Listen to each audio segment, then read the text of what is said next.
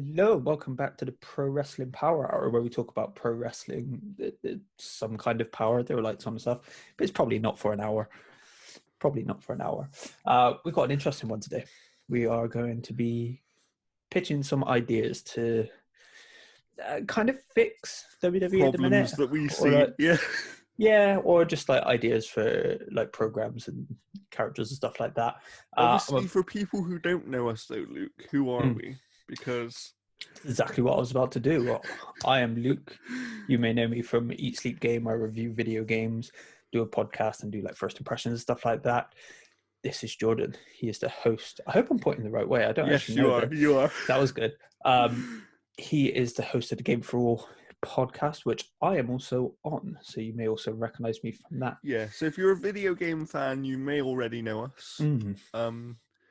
But this is just us having some fun and not worrying too much about what we say, to be honest. No, this is one we can come out as absolutely fans. Yeah, 100% fans, not invested enough to have opinions, but not so invested that our opinions may be a little bit kind of tilted sometimes. So this is going to be an interesting one because I think we all have some problems with WWE. And we all have different problems, I think. 100%. Yeah, it depends who you like. Yeah. But one of the main problems is when they release people who shouldn't be released. Yeah. So obviously it's been a couple of weeks since we did an episode because we're every 2 weeks here. But since we did our last episode, which was our longest episode of any content on any of our platforms that we've ever done. Sorry about that, people. It just took a while to review 4 shows. Yeah, and they were 4 meaty shows as well. It wasn't like just random shows. They're big boys. So, makes sense. So, Luke, why don't you tell people, in the time that we've been away from our Pro Wrestling Power Hour, who have WWE released? Well, I'm gonna go the opposite way to what they've the way they've put it, because they've gone like least to most sort of thing. So Wesley Blake, which sucks because I think he was really cool. I like Wesley Blake. He never really got a chance to show what he could do. Bo Dallas, again, sucks. I think there's so much character stuff you could have done with Bo Dallas. Why didn't they put him with Bray? Bo Dallas would be, as a quick aside on him, he would be one of my most kind of underutilized or underrated wrestlers. I love the Bo Leave stuff. I thought it was hilarious. I thought it was great. I think he did it fantastically. Mojo Rawley, which sure, it makes sense, but he's also one of those that I kind of thought they'd keep him around. I thought he'd be good in tag team. Yeah, I really thought he'd be a good tag team for someone. Like he did well with Zack Ryder for a bit, but the thing about Mojo is he's a good character, but not on his own. So I kind of agree. Yeah, I think like character wise he could be fine. I think just wrestling wise he's not as strong, so he does need someone to like bounce off us. Callisto, which I think was a bit of an odd one. Yeah, because a little bit. The other two are still there, and they're still a tag team. So huge house party. And also, no offense to those other two, but I think Callisto is the better wrestler.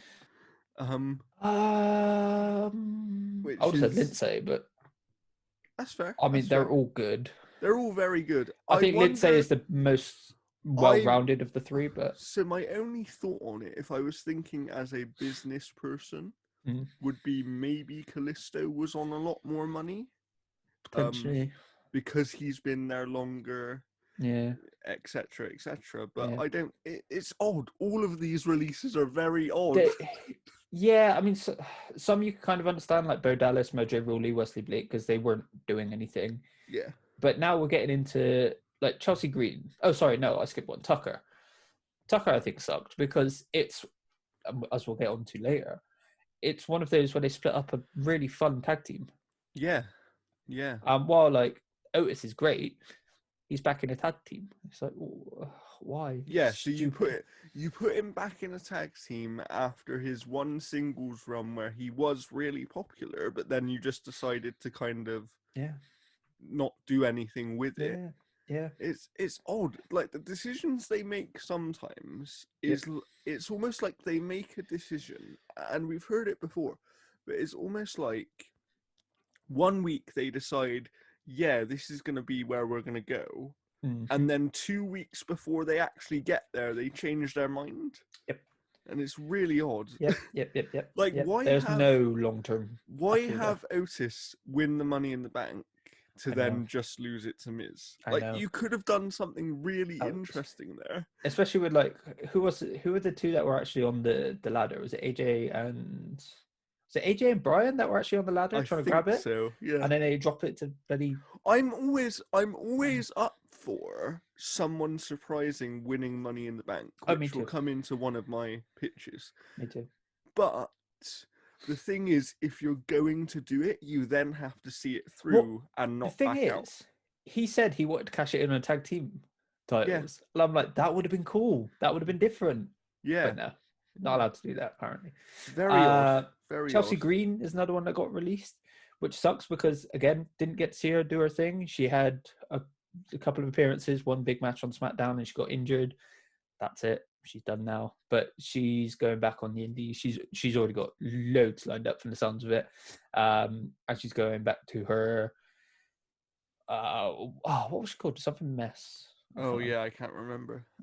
What she called it, like messed up makeup, and she was a really fun character. And this is where we start getting into the ridiculous ones. So Mickey James, absolutely ridiculous. One of the best women's wrestlers of all time. A legend. Absolutely. And then Nick Aldis posts on Twitter that he's got this WWE package shows up at his house. So he decides to ignore it. And then when Mickey James gets home, opens it up, it's a rubbish bag just full of her stuff. Yeah, I know. And Mickey written on it. People sound like they got fired because of that. Oh, they did. Yeah, both Triple H and Stephanie McMahon came out on Twitter and were like, "Yeah, no, that was disgusting. We've got rid of that person." However, maybe this is just me being a little bit cynical. I don't believe for a second that they didn't know that was something that happened. I can because of how many people things they involved. have to deal with. Yeah, true. So there are definitely things that will be left to certain people to handle and just don't get fed back to, who. That's fair. But yeah, it's disgusting. Like, how disrespectful is that? Absolutely is. But they always misuse Mickey James. Even in the early years, they always misused her. Like, she felt like a star when she was on the Indies, when she was in TNA and stuff like that. It's weird because I don't think they misused her in her first run. Like, initially, I think what they did was good, but then they stuck with that and didn't develop her. And that was kind of the problem. It was almost like they do this with a lot of people, and very few people kind of break out of it, where they pigeonhole them into doing this one thing, and then that's all they're ever allowed to do. Yeah. And it's very odd. Absolutely. Very odd. The most egregious ones, however, the Iconics, Billy Kay, and Peyton Royce, because I amalgamated their names there. Never should have been split up. They were hilarious. Yeah. They were fully deserving of holding those tag titles. I will tell you what, if those two end up in AEW though, that will go a long way for that women's division. I think Peyton will because of Sean Spears. Yeah. I don't know where Billy. I hope they go together because they are incredible together. They are incredible. I think Peyton has a higher ceiling. Billy Kay goes to Impact, and then they have a rivalry in the cross promotion thing. Maybe. But it was mad because literally the day before Billy Kay was on WrestleMania. Yeah, I know. It's insane. This is the odd thing, is like, for a start, what a weird time to decide to release people. Yeah, I know that, yes, okay, they haven't made as much money, just like every other kind of company that relies on having an audience live. I think they still made record profits. Yeah, but this is my point. So they haven't made as much money as potentially they wanted to, or they planned to make. But my God, they've because of TV deals and stuff, they've still made so much money. They do 100%. Not. They do not, on a monetary sense, they don't need to release anybody. No. I do think there is this thing with WWE now where, because they're so big, I do think they hire too many wrestlers. Oh, they have for a Um, long time. Yeah. Yeah. and Yeah. and therefore they can't use them all because they don't have Yeah. enough TV time, which is fine. Well, So they if can use them all. They're just terrible, which is something I'm going to fix yeah, later. so if you're, you know, if you're releasing people because you know that you have no plans to use them and you're kind of, you want them to be able to, do you know what I mean? It's almost like, It's one okay, of those. that's more of a mutual thing. Yeah, I But really some think they of should them, have a plan. it's a little bit like you don't want to use these either Yeah. because you just don't want to use them because you don't like them, or Yeah. because you really don't know how to use them. Yeah. Yeah. But Yeah. if you don't know how to use some of these people, you've got to be pretty dumb. I mean, I really think they should do like what New Japan with Jericho. It's Yeah. like they brought him in for an angle, and then they were like, "Well, we could do this afterwards." So then they got him on another contract to do that. Yeah. I think they should do that more. They Mhm. should have a plan for how they're going to use someone going in, because it just feels like a I lot of these think people they that snap up to get them away from other people. I think that we've spoken about it before, but I really think some sort of cross promotional thing Yeah. for them would really help them on a couple of senses. Yeah. One, it would make their product feel fresh because you'd never 100% know who's going to turn up and what's going 100%. to Yeah. happen. Yeah. But Like also, AEW at the moment. I think it would make them aware of what fans actually like, Yeah. rather than them. A lot of the time, it seems to be like almost where they chuck 100 things at the wall and just see what sticks. Yeah. Because they don't always seem in tune of what fans actually want. Yeah. Yeah. Yeah. And I think we all know the probable reason for that being Vince McMahon, because NXT doesn't seem to have that problem. No, it's getting to the point where I think, like I think I said it last time, that I'd love NXT to get an extra show, maybe just on YouTube like AEW does, just for like either the newer guys or the guys with lower spots or something, Maybe so talk more about people get a how talent. Mustache Mountain is back on Oh NXT my god, UK. yeah, yeah. NXT UK doesn't get enough love. I wonder how much they benefit from putting NXT UK on YouTube. Yeah. Wonder. Yeah. Good thought. Good thought. Who else? Finally, Who else have we got? it's the most egregious one. Yeah. But I think this is potentially the most understandable one as well, and that's Samoa Joe. Kind of understandable, but it depends. Yeah, so we don't actually know any kind of reasoning behind it. He was commentating on WrestleMania. We the day heard before. that he was going to be removed from commentary. We Yes. did hear that. Yes. But we assumed that it was for an in-ring return. Mm-hmm. Mm-hmm. And then he was just gone the next day. The thinking I have is that it's kind of the reverse of the Daniel Bryan Edge situation, where he maybe isn't cleared by WWE to wrestle. Kind of like Christian. Yeah. Kind of like Christian, where he's potentially cleared, but maybe he's too old and too injury prone. I also wonder. Yeah, I was gonna just say that is maybe he is cleared, but it's that thing of you're a little bit too injury prone, so we don't really want to use you. Yeah, because I mean they're stupid with their injury prone stuff. Like Dolph Ziggler gets one concussion because of but I do understand it because there's been situations in the past. Sure, but then you look at someone like properly. Yeah, but then you look at like Randy Orton or other people who do get injured quite a lot, and they're fine, never an issue. They're back up the card. I think it is just a stupid favoritism thing. Because, like I said, Dolph Ziggler should be way bigger than he is. Even though I love the Dirty Dogs, I think they're fantastic. I'll tell you what, though, as a quick aside on Joe, because he should fight Kenny Omega. So here's my thing. Here's my thing. The thing about Joe is he's gonna wrestle somewhere. Probably. I think that's pretty obvious. He can do absolutely anything anywhere. He could just walk in as a trainer if he wanted to. He can do anything. He could for sure, but that's part of the reason I don't understand the WWE release. Yeah. Unless it was more of a mutual thing where maybe he wanted to wrestle. I feel like it might have been like the Daniel Bryan thing. It's like, if you don't let me wrestle again, I'm gone. Yeah. Yeah, maybe. for sure.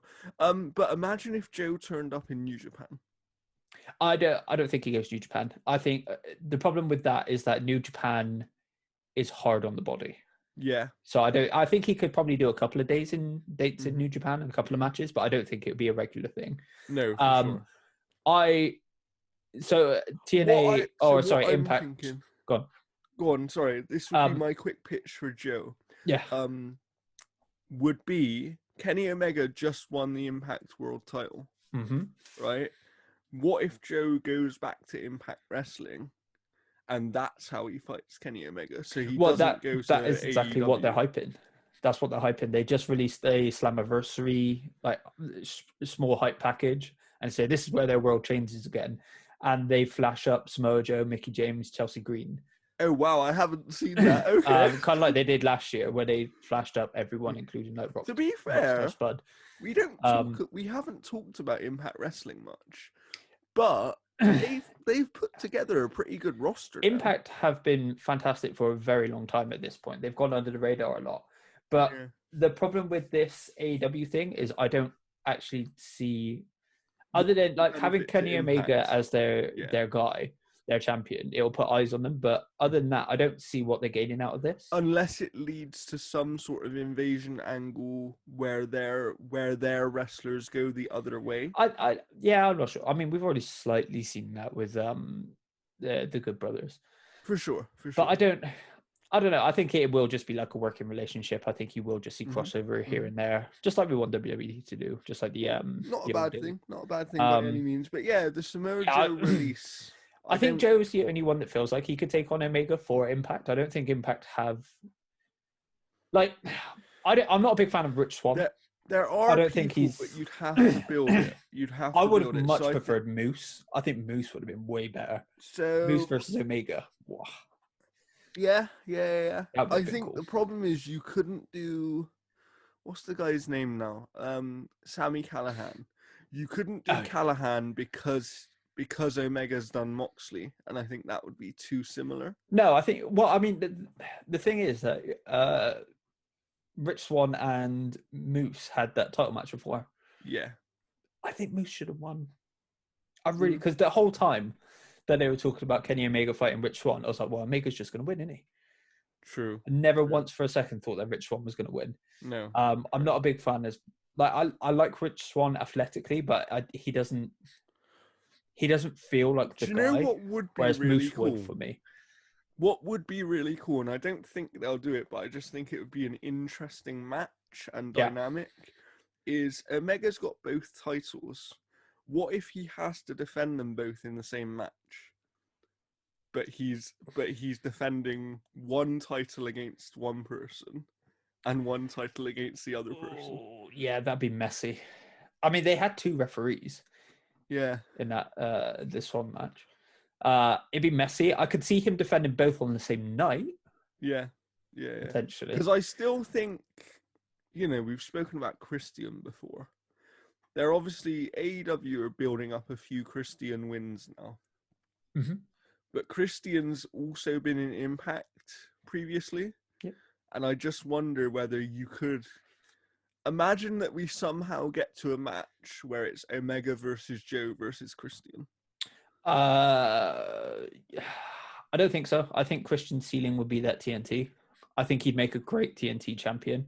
Yeah. And then elevate younger guys. I don't think I think he can challenge for world title, but he loses. I don't think he can win. I don't think I don't honestly think he would want that at this point. I think he's there to prove that he can still go and he wants to help younger talent, sort of thing. It almost feels like, and I could be wrong, obviously we don't know Christian personally, but it almost feels like he went to AEW just to prove to WWE that they're wrong.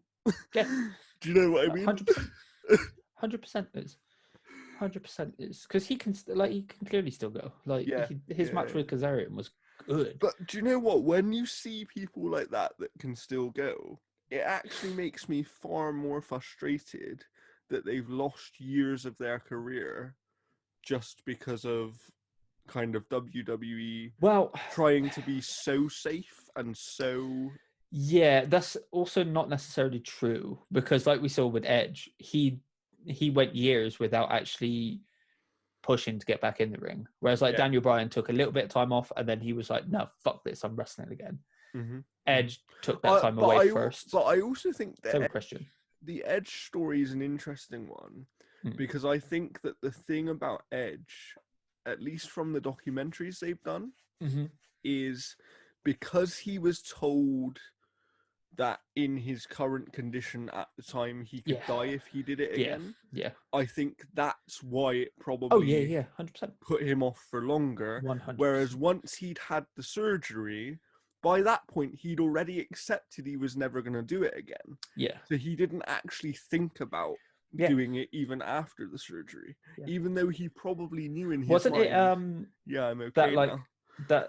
that cameo he made where he just turned up, speared someone, he was like, Yeah, so it was the cameo actually, that I was there was it live Elias? for when he turned up at SummerSlam and came out and speared Elias. It was Everyone Elias, went crazy because it was in Toronto, so obviously, see, you know. as much as I'd love to go to a live show and just experience the atmosphere in that, I've never had any interest in going to an actual live show of anything, you know, football, whatever, because No, I get that. I get that. you know, you can see it better. I'll tell you what though. I think one day me and you should go to a wrestling show together. Oh, dude, when literally, just before this pandemic happened, Mm. Pac was coming to Bristol. Oh my god! And I got tickets for me and my brother. I'm like, dude, we're gonna fucking see Pac. Pandemic. I was like, God, that no! I was gonna see Pac at a house show. That would have been dope. But I yeah, can't remember who else was there, but Pac. At some point, we definitely should go to a live wrestling show because yeah, I'd love to do like house shows because like that. There's nothing quite like it. Like I'm with you. You know, I don't want to talk about football for too long. This isn't a football podcast, but I'm with you on football. I have been to watch football live, but I prefer watching it on the TV because you can see the whole game. Yeah, and you can see. Yeah. Do you know what I mean? There was only one football match I wish I went to, and that was a Tottenham Arsenal game ages ago when Tottenham won for the first time. Fair. But yeah, in terms of wrestling though, there's genuinely nothing quite like that atmosphere. Yeah. Like being in that crowd when Brian won the titles. Yeah, can you imagine? Like that would have been dope. Or when Kofi won the titles, or you know.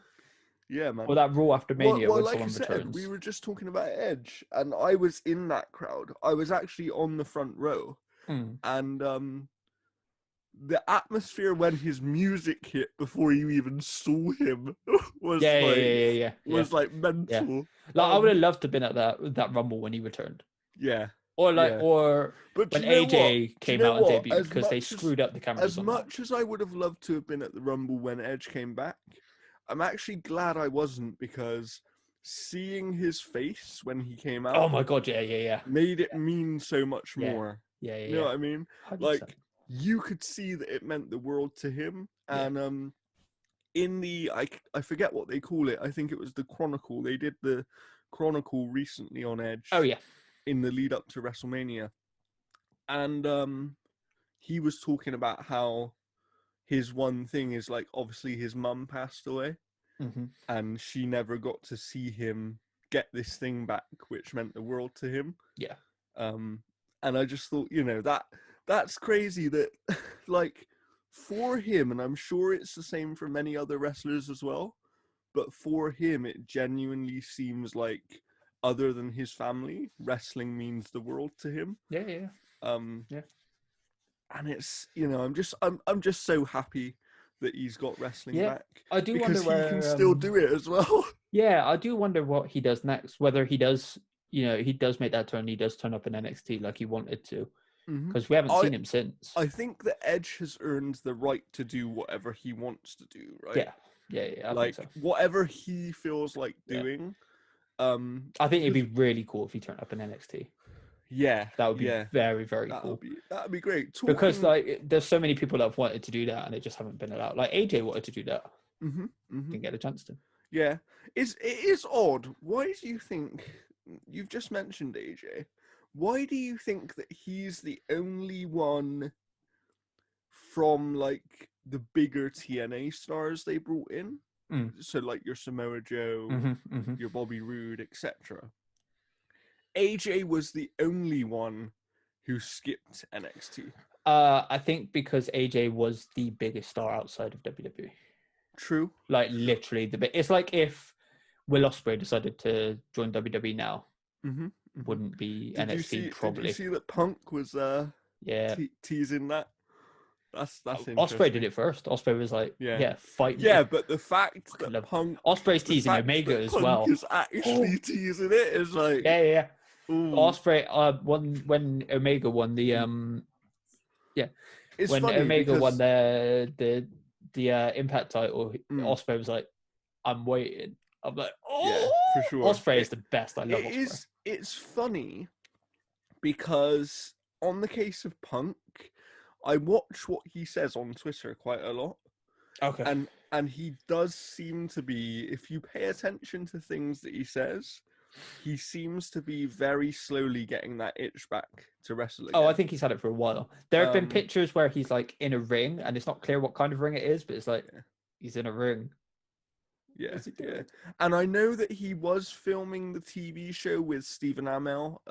Stephen Amell has got a wrestling TV show that's going to be on at some point this year. And it's odd because in that show, they actually showed a picture of Punk in the show. His character is Ricky Rabies, I believe. But they've got rid of all of his tattoos. So they've just like painted over him, Yeah, and it's like, it looks so odd to see him with no tattoos. It's like watching really young Punk again. Yeah. Strange. So you know, I will be, as much as people kind of shit on Punk because he's, you know, because of the manner in which he left, I think... I was going to say, it's like the Austin Aries thing. People got a little bit fed up with him. But I tell you what, if Punk... He is the biggest person that can return now. If Punk returning to the ring isn't the biggest return ever, I'll be very surprised. Yeah. It's one of those, because no it's not like Edge or anything like that. It was his choice. Yeah. The only one that would be bigger if somehow miraculously Steve Austin has knees that work. And he just turns up, he's like, I'm back, bitches, stunner everybody sort of thing. Yeah. That's the only person I think would be bigger. Even if Taker came back and he was like, I'm full-time, I'm good to wrestle. For sure. 100%. But anyway. Let's get into these pitches, shall we? Yeah. I'll let you start. I'll let you start. You'll let me start? I'll let you start. Normally you throw me under the bus. Okay. So I'm going to throw you under the bus for this first one. Okay, so where I'm going to start is fixing or attempting to fix women's wrestling in WWE. Okay. And what I mean by that is, I think on a week-to-week basis, they throw the women under the bus very often. And as I've said before, I actually think when the women are given the time, I do think all of them are some of the best women's wrestlers in the world. When they're given the time and they can show what they can do, I think they've got some really good matchups there. So the way that I would fix it is I would basically have less, how would I put it? So Raw is 3 hours, right? So first of all, I would put the majority of the women onto Raw. I would do the SmackDown, I would have the tag division on SmackDown. But because you have that extra hour on Raw, I would basically use that as the women's hour, but I wouldn't do it as one complete hour throughout the show. Because people would just flick. What I would do is let them have maybe 2 matches, and instead of having 2 matches that go for 5 minutes, because, you know, on SmackDown they've only got 2 hours and they need to fit in like 4 or 5 matches. I would let them have 2 matches and let them have 2 matches that go 15 or 20. Do you know what I mean? And for me, do like they did on SmackDown the other day, where it was a whole 45 minutes of the Daniel Bryan, Cesaro, Roman Reigns stuff that went from an angle to a match back to an angle. Yeah, and you could do stuff like that with the women easily. And that kind of, you know, it baffles me as to how they can go from women now main eventing WrestleMania twice and yet you use them so badly week to week. I mean, yeah, literally the day after Mania, they were a joke angle. Which is It, fine. You can have your jokey characters, you but can have when your that was jokey the only characters, thing but women it's did on that, yeah, and terrible. when you've got some of the best women's wrestlers in the world Exactly. as well, Yeah. I don't get it. Like Yeah. a lot of no disrespect to a lot of the men, but a lot of the women are better than a lot of the men. Mm-hmm. Like there's no doubt in my mind about Yeah. that. 100%. And maybe they're waiting for Becky Lynch to come back to really do something again with the women. Probably because I mean, look how much emphasis they put on Charlotte. Now she's back again. It's like you've got more than one person. Come on. You don't have to have it be these same 3 or 4 major people all the time. One thing I will say is I didn't like what Bailey was doing initially with the ding dong hello thing and all that stuff, but I'm coming round on it now. She's taken it very well. It's the fact that she's gone from kind of women's champion to someone that they've tried to make into a joke, and then she's actually made it into a thing that's kind of getting over. And she's at that arrogant Chris Jericho stage when he had not Talkish Jericho. What was what was Highlight Reel? Highlight Reel, yeah. When he had his TV show and stuff like that. And there are too many TV shows on WWE at the moment as well. I just want to see the women fixed, and I want to see them get a fair shake every single week on the show rather than just being this afterthought, because it feels like they're an afterthought until it comes to a pay-per-view. Yeah, for sure. I would like more emphasis just needs to be put on the champions being world champions. Yeah. Like, because often it's like men's, women's. It's like, well, no, because the men and women's are both world titles. They should be held at the same esteem. And this is something. This is more of a company-wide thing, but I think it would help the women enormously. Is even if you're going to have them on different shows to split them up and allow you to use each of them more. Yeah. Why not do more crossover stuff with the women then? Why not treat it as one division as a whole, even if it's across shows? I think with the women, you could get away with that. I think you could do that and it wouldn't be too much of an issue. Because I think of something like, imagine if we had, a champion versus champion match.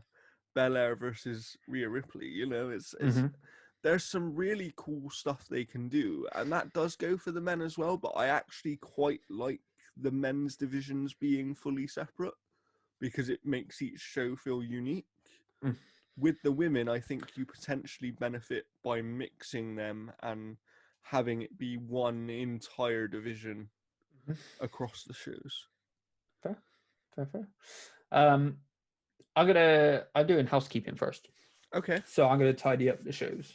NXT's fine. I'm leaving NXT alone. Like I said, if anything, I think maybe an extra free UK, maybe putting NXT UK on YouTube or whatever it will be. First thing I do, it kind of flies in the face a little bit of what you were saying there, is I would unify the tag team, the world, and the women's titles. So there's one tag team championship, there is one women's title, and then you have it be across. Yes, so the brands would be split, but they would be different kind of shows. So I would have SmackDown kind of what they were aiming to go for originally. I'd have like Roman Reigns, I'd have the stars on SmackDown, the big names on SmackDown, and everyone would be like the people that are carrying the wrestling into the future. Like, I'd still put Seth Rollins on there because I think while he is a star, he is still more of a wrestling star than a superstar. I think this is the thing, is they almost need to do the opposite of what they did in the early 2000s, where in the early 2000s, SmackDown was the wrestlers show, right? And Raw was the stars show, which was fine. Yeah. They need to switch that now. They do. Especially with Raw being 3 hours, you need to give the extra time for actual wrestling, because that's what people want. And that doesn't mean that you can't have stars on Raw. No. You can still have one or two, but you only need one or 100%. two. So the mid-card titles are the only ones I'd keep the same. So I'd keep Yeah. the So US you and the have IC. So so you both have shows at would least have, one individual belt. yeah. So both shows would have a belt, and then that way, they will be more important because that's what people fight for on that show. It doesn't matter which one really has which at this point because they're both kind of on level. Doesn't really matter. Yeah. I think that the thing about the Intercontinental belt is it still has, I think in the Yeah, eyes of a lot of people, it still has more of a it meaning does. because of what it used to mean. I think it's tricky though because the US did used to mean more because that used to be the title back in like NWA days and stuff like that. Which is odd, right? Yeah. The only thing I would change in this is that Raw also gets the Cruiserweight Championship. Okay, because then you can use that extra hour. You can use that extra hour, but the issue with like NXT is fantastic, but the issue with having the NXT Cruiserweight Championship is most of the guys on NXT are cruiserweights, so it doesn't really, it doesn't feel as special as it should. Whereas Raw, you could have that and then do it like they used to. Rey Mysterio was Cruiserweight champion. He elevated tag team IC world champion. A key thing here is that the men's, the women's, and tag teams champions free roam between both shows. They have to at least appear on both shows. Okay. Kind of like they used to before Brock Lesnar stole the title and signed to SmackDown. Which, was cool at the time, but there are too many titles now. They don't mean enough, and there's not, especially the tag team. There is not enough good tag teams to have two divisions. That's definitely a good way to fix it. Either that, or you just get rid of some of the belts. Well, I mean, we have. Yeah, that's true. Because the main issue is you've got two world titles for both. It's like, what? No, you only want one guy. You only want one. Like, this is the guy. They almost need to go back to the undisputed title, right? Yeah, to a degree. Yeah, I think so. Interesting. So to do this as well, all the titles are vacant. So we're starting from scratch. We're vacating all the titles. We'll do tournaments for the women's tag, the men's tag, the US champion, the IC champion, cruiserweight champion. However, the women's title and the men's title will be WrestleMania matches, and the two people in that match will be determined by the two last people in each of the Royal Rumble. Okay. So just to give you an idea of how I'm setting up Raw and SmackDown, Raw are going to have guys like Big E, Seth Rollins, Cedric, Drew Gulak, Keith Lee, Ricochet, the Riot Squad, Alexa Bliss, Baszler, Ripley, Street Profits, Gable, Zayn, Owens, Murphy, Mysterio. Okay. Bailey, Carmella, War Raiders, Adam Cole, Bianca, Cesaro, people like that. So you're kind of going for a mix of really proven stars and then kind of your up and comers around them.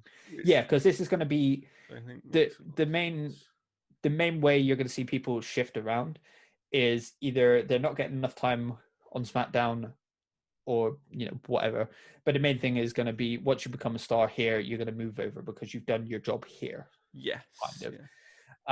SmackDown, like I said, is going to be like Roman Reigns, AJ, New Day, Lashley, Strowman, Hardy, Miz Morrison, or the big names, or like the older established guys sort of thing. So like I've got the Dirty Dogs, Banks, and stuff like that on there.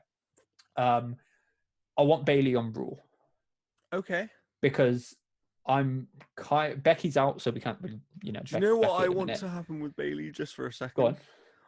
Just while this story is happening, what she currently has at least. Yeah. I want her to basically end up on commentary with Michael Cole.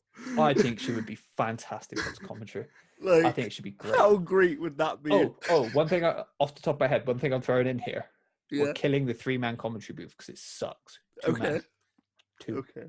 That's it. You don't need 3. So who'd you get rid of? Corey Graves, I'd keep Michael Cole. I don't really know who's on Raw. Well, I'm not sure. I also don't have a clue. I know they've got that new guy that replaced Joe. I don't know. They got Pat McAfee, haven't they? No, he's on SmackDown now. Yeah, that's what I meant. Sorry. Yeah. I don't know. They've just shaken it up. Very odd. I don't like Byron Saxton. He's so boring. Do you know what I would do? I know that he's only new to it, but I would put I would put Barrett. Not yet. I would put Barrett up. I wouldn't yet because I think he's doing great stuff on NXT. Oh, he I'd let is. him just keep doing that for a while. He definitely is. What? I'd bring Nigel McGuinness back. How do you feel about Beth Phoenix? Not a big fan. Okay, I love Beth Phoenix in every other regard, but she just sounds so unnatural and scripted, which is probably because she is. But I'm not a big fan of her on commentary at the moment. I just wonder whether in a 2-man situation or in a 2-person she would probably situation, be better. Would she be very different? I think I would probably take Beth and Wade, because I think having 2 wrestlers would be an interesting way to do it. But Wade's got the other and you know what I'd also appreciate? Maybe this is just me, but I would quite appreciate that if you're going to have only a 2-person commentary booth, I would quite appreciate having, for example, when there's a women's wrestling match on, have a woman commentating on the match. Because I mean, it's long overdue. It should have been Renee Young. Renee Young should have been a commentator. Yeah. Because she was fantastic. Because to be honest, the women should be commentators anyway. But outside of that, if they want to go with 2 men for the main shows, at least have a woman's commentator who replaces one of the men during the women's matches. Yeah, potentially, I think that. Or just having a woman's commentator in general, because they know wrestling as well. Yeah, they do. So I've got the title matches to determine these champions. So everything up to men and women's tag team, US IC, Cruiserweight we'll say they'll happen at the Rumble. Okay. And then we'll build the men's and women's main titles to WrestleMania, because obviously they're the big belts. Yeah. So tag team, I've got Dirty Dogs versus Cedric and Shelton, because I think the Dirty Dogs are fantastic together. Not RK Bro.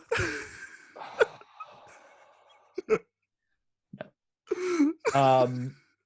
And Cedric and Shelton, they've been screwed over. Absolutely screwed over. Do you know what? As a little quick aside on RK Bro, I think it could be great. I think it's one of those that might end up like Cesaro and Sheamus. It could, but it kind of, at the minute, it feels like they've chucked them there just to see. Well, they absolutely have, but it feels like a slight rip-off of Pete Dunne. For sure. The Broserweights, because they were funny. They were great together.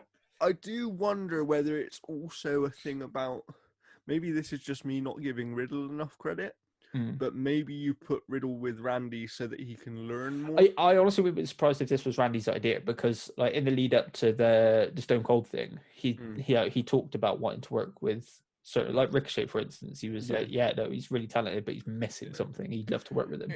So I wouldn't be surprised if this is one of those things.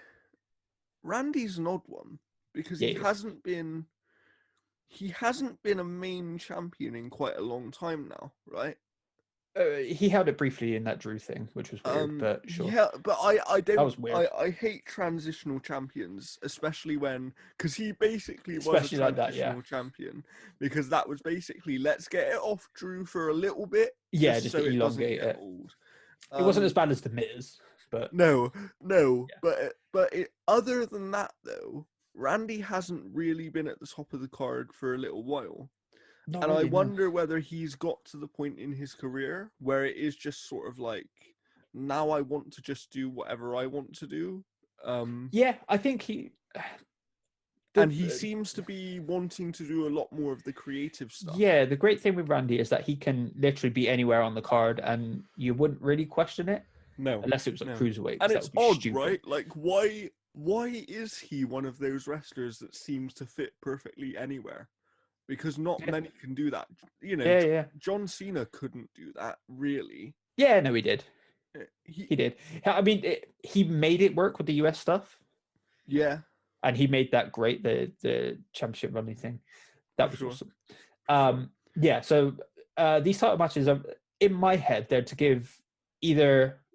They're either to start new ideas or to spotlight people who have been underrated and give them a chance. Okay. So like Dirty Dogs, Cedric and Shelton.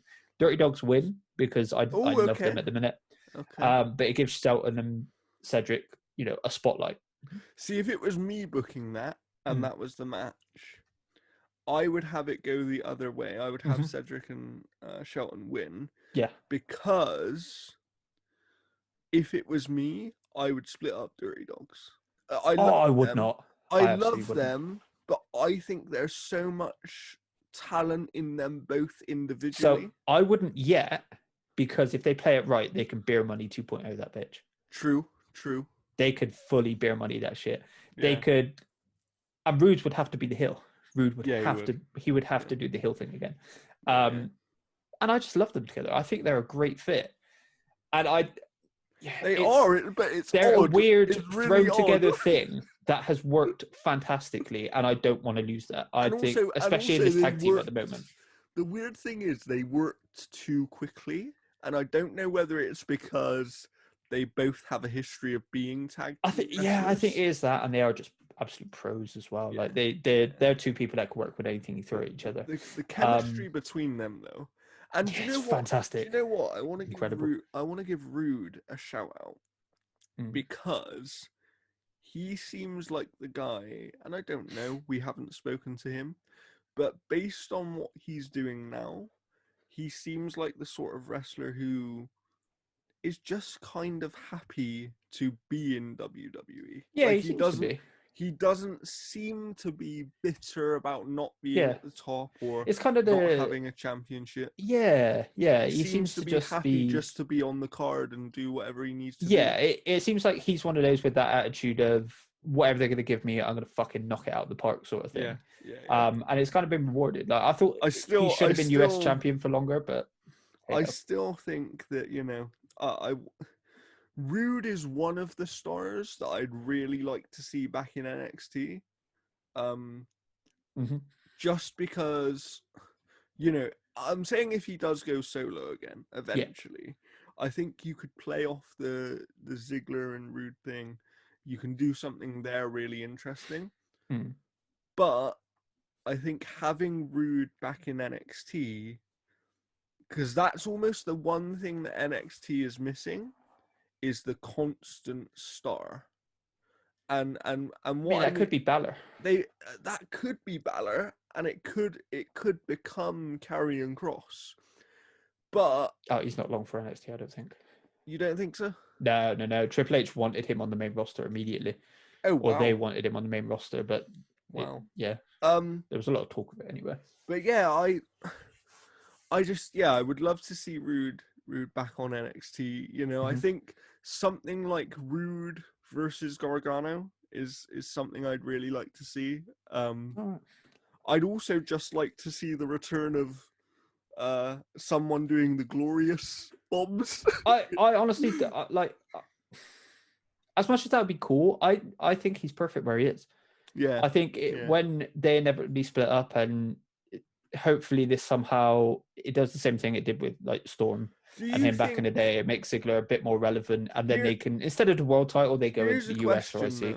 Here's a question though: do you think that Ziggler is going to retire soon? Because he's been around for a long while. I don't know. He's got like the third most matches in WWE history. Yeah. Like televised matches. I don't know. I feel like he's, especially in this tag team, he seems reinvigorated. And like I said, I love this tag team. I love the Dirty Dogs so much. For sure. But yeah, I want to see them keep going. You'd have them win. That's interesting. I would. I was considering putting the Street Profits or War Raiders or people like that in it, but I think that's too obvious. And like I said, I want to give people a spotlight who and do you know what? I actually, it's not even that, but the power of the belts in wrestling, and I'm going to call them belts. I know Vince McMahon doesn't like that. Cummerbunds. But the power of these championships is that there are definitely people who don't need them, and there are definitely kind of stories that don't need them. Like characters really that don't need them. But the thing about them is when they're used properly, they can make stars. Like Absolutely. A championship can make a star. Absolutely. Because it makes you pay attention to someone that you may not have. And I think that's a lot of the problem with WWE at the minute is their titles, other than their main two, as in their men's and the women's, mean bugger all. Like, and this is part of the thing I want to fix. I'm going to go back to Punk for a second. But you think about CM Punk, and sure, the hardcore wrestling fan kind of knew Punk and they paid attention to him because they knew how good he was. Yeah. But it wasn't until really he won that title from Cena that everyone went, okay, this guy is... Well, I mean, yeah, it was the pipe bomb, really. Yeah. It was the pipe bomb. It was just that thing that hooked people. Yeah, it was a symbiotic thing. He put as much importance as for sure, title for actually sure. got, but then he still got undermined stupidly. But I suppose my point was the title can elevate, right? Absolutely, and it should. It should be. And using it to highlight people in terms of your pitch, I think is a very clever thing. 100%. Women's tag, I got the Riot Squad versus Natty and Tamina. Okay. Because again, completely underutilized. I really like the Natty and Tamina tag team. It makes a lot of sense. And Riot Squad are fantastic, and they're winning because they should have by now. They're one of the only legit female tag teams in WWE. Yeah, I agree. They haven't been split up yet, and they're both fantastic. And they will split up eventually because Liv Morgan is going to be incredible. The US title, now this is more storyline stuff. So I got Shinsuke Nakamura versus the New Day. Because I'm turning the New Day heel. I have a quick question on Nakamura before you go into your pitch for this one. Yep. Do you think he ever gets back to the top again? Nope. You don't think so? Nope, I don't think. I under how he's currently being used, I highly doubt it because they don't value him like that. Interesting. I think he could be one of those that drops back down to NXT at some point. And because I still think maybe it's just me, but I still believe that he should have. He should have beat AJ. He should have beat AJ. I think even if he to turn him heel to do it. Yeah, I was gonna say even if he cheated and won, he still should have beat AJ. 100%. I think he should have cheated and won and done the Daniel Bryan thing to him because they obviously do value him to let him win that Rumble in the first place. Yeah, but it's almost lost interest. Yeah. Is mad. I would have absolutely he should have won. Really odd. Absolutely should have won. I didn't Asuka lose at that Mania as well to Charlotte? I think so. Yeah, I think so. Stupid, dumb. But yeah, no. So I have Nakamura versus the New Day for the US title, and I specifically put the New Day because they're going to be Healy, and they're gonna they're gonna freebird the title between both of them. Okay. So it's not Woods has it or Kofi has it. They both have it. And they decide at random who's going to win, and they do win. They win that title, and they're just going to hold it for a while, and they're going to kind of like the Bella Twins sort of thing, where they fuck with people and stuff like that. Because I think that'd be really fun. The IC title might be the one I'm most excited for, because for that match I've got Murphy versus Chad Gable. Oh, and I don't have a winner down because I can't decide. Either one could win that. I think Murphy, but I think Gable. It's one of those. It would do more for Gable because Murphy's had titles before, whereas Gable hasn't really. It would do more for Gable, but the reason I think Murphy is because what it would do for Murphy is establish him as a singles, serious. I think they could do what they did with the cruiserweight title for Murphy and have him be like dominant. And go back to being that guy. I would even put him back in a kind of relationship with Seth Rollins again, because that was really cool. And it was shit how it ended. Cruiserweight is Rey Mysterio versus Ricochet. Oh God. And this is a passing the torch kind of thing, because Ricochet takes that title and the Cruiserweight division is built around him, Ali, people like that. For sure. So Cesaro and Roman Reigns are my two finalists for the men's Rumble match.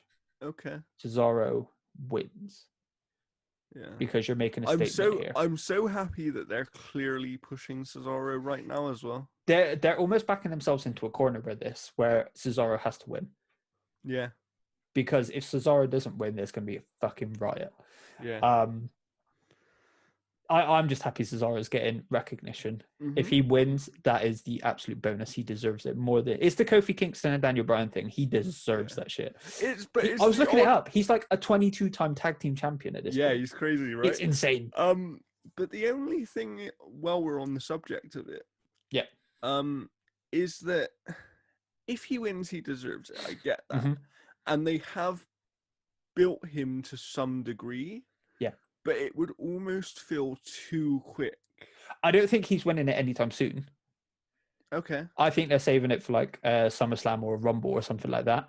Do you I think don't think it's he's one of actually even those? going to get a title match anytime soon. I think they're Oh, just going to keep really? fucking with him. I was Yeah. Because I like was in gonna just the say SmackDown one where they just went, mm, no, Brian's getting the title shot. Fuck I you, sort of thing. I was gonna say, do you think it would be one of those things where maybe he gets a shot and he loses, or maybe he's in a match that isn't a I singles think match and he could he get screwed loses? over Yeah. because they're doing a great thing with Roman at the minute where he is just looking more and more beatable. Yeah. And Do there's you, just things that get in the way. And I think Cesaro could be the one that is that final straw.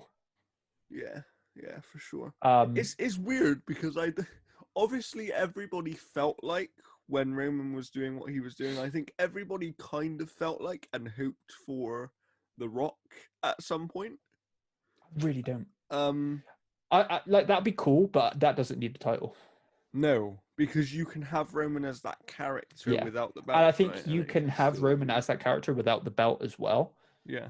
I think he could still be that final boss style For sure, for guy. sure. But no, I I do think wonder on Cesaro yeah, as a final thing before you continue with your pitch. yep. Um, I do wonder if they're almost positioning him as like the new Daniel Bryan, the guy who Well, yeah, because Daniel won't be Bryan's going given the away soon. shot, who Yeah, won't be given the shot, who yeah, they don't believe in him to carry the yeah. company, I etc., really think so. etc. I really think they do that kind of thing, kind of like they did with Kofi as well.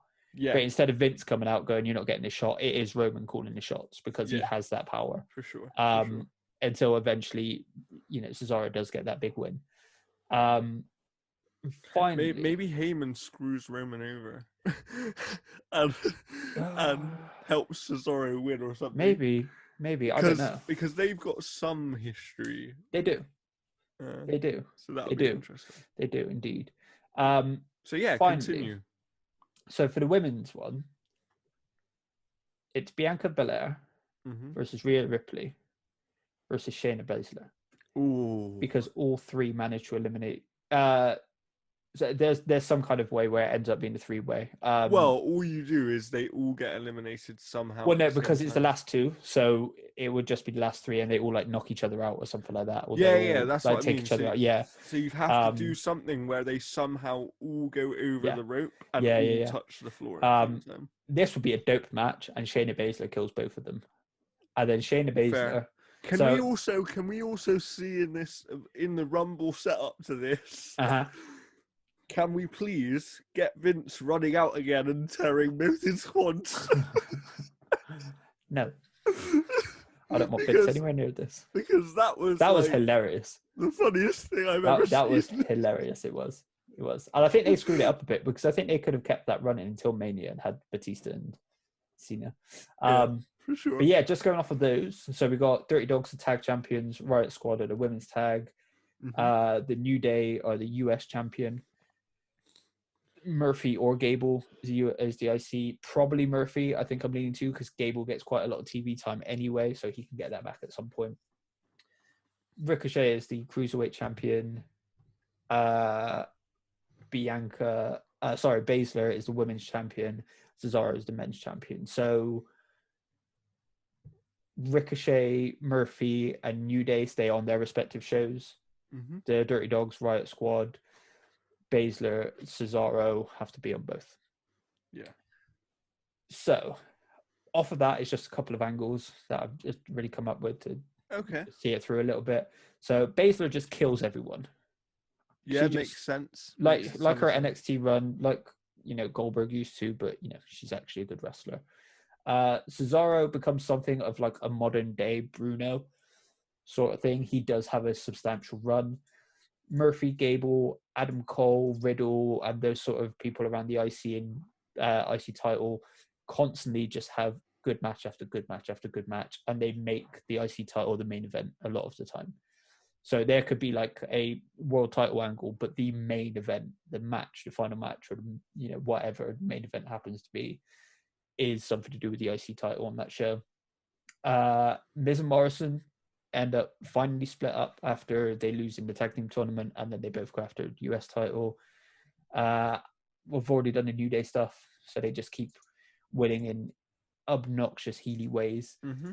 Street Profits split after Montez Ford wins the King of the Ring and Bianca wins the Queen of the Ring. Okay. So in my head, this King is and literally...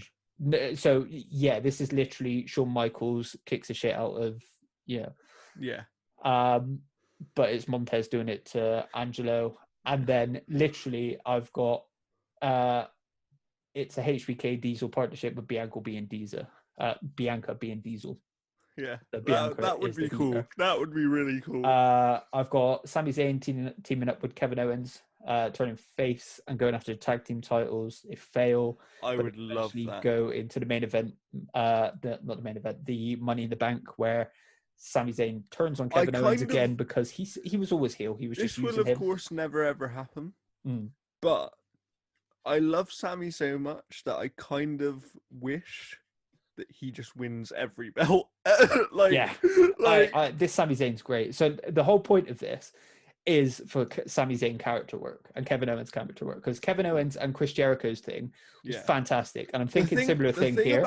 The thing about Kevin Owens is I don't think his character is great, but what he does very, very well, probably better than I've seen from anybody in a very long time, is he plays off of other people's character. Yeah. And it's like Jericho mentioned about how when they were kind of setting up their partnership and they were the goat and the donkey. Yeah, the goat and the donkey thing, and it's hilarious. like that's brilliant. Yeah. It's like that's so random. That's exactly the sort of thing I want here. I want them to go like full bromance, and then at Money in the Bank, for sure, Zayn just turns on him, and it was just a whole. I was usually all along. He does his dance at the top when he's got the thing. It'd be funny. You could probably book this better than me. Okay.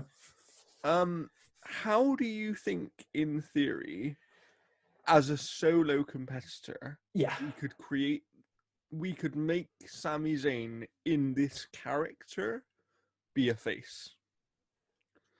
Eventually, because I think I don't actually think you need to do a lot.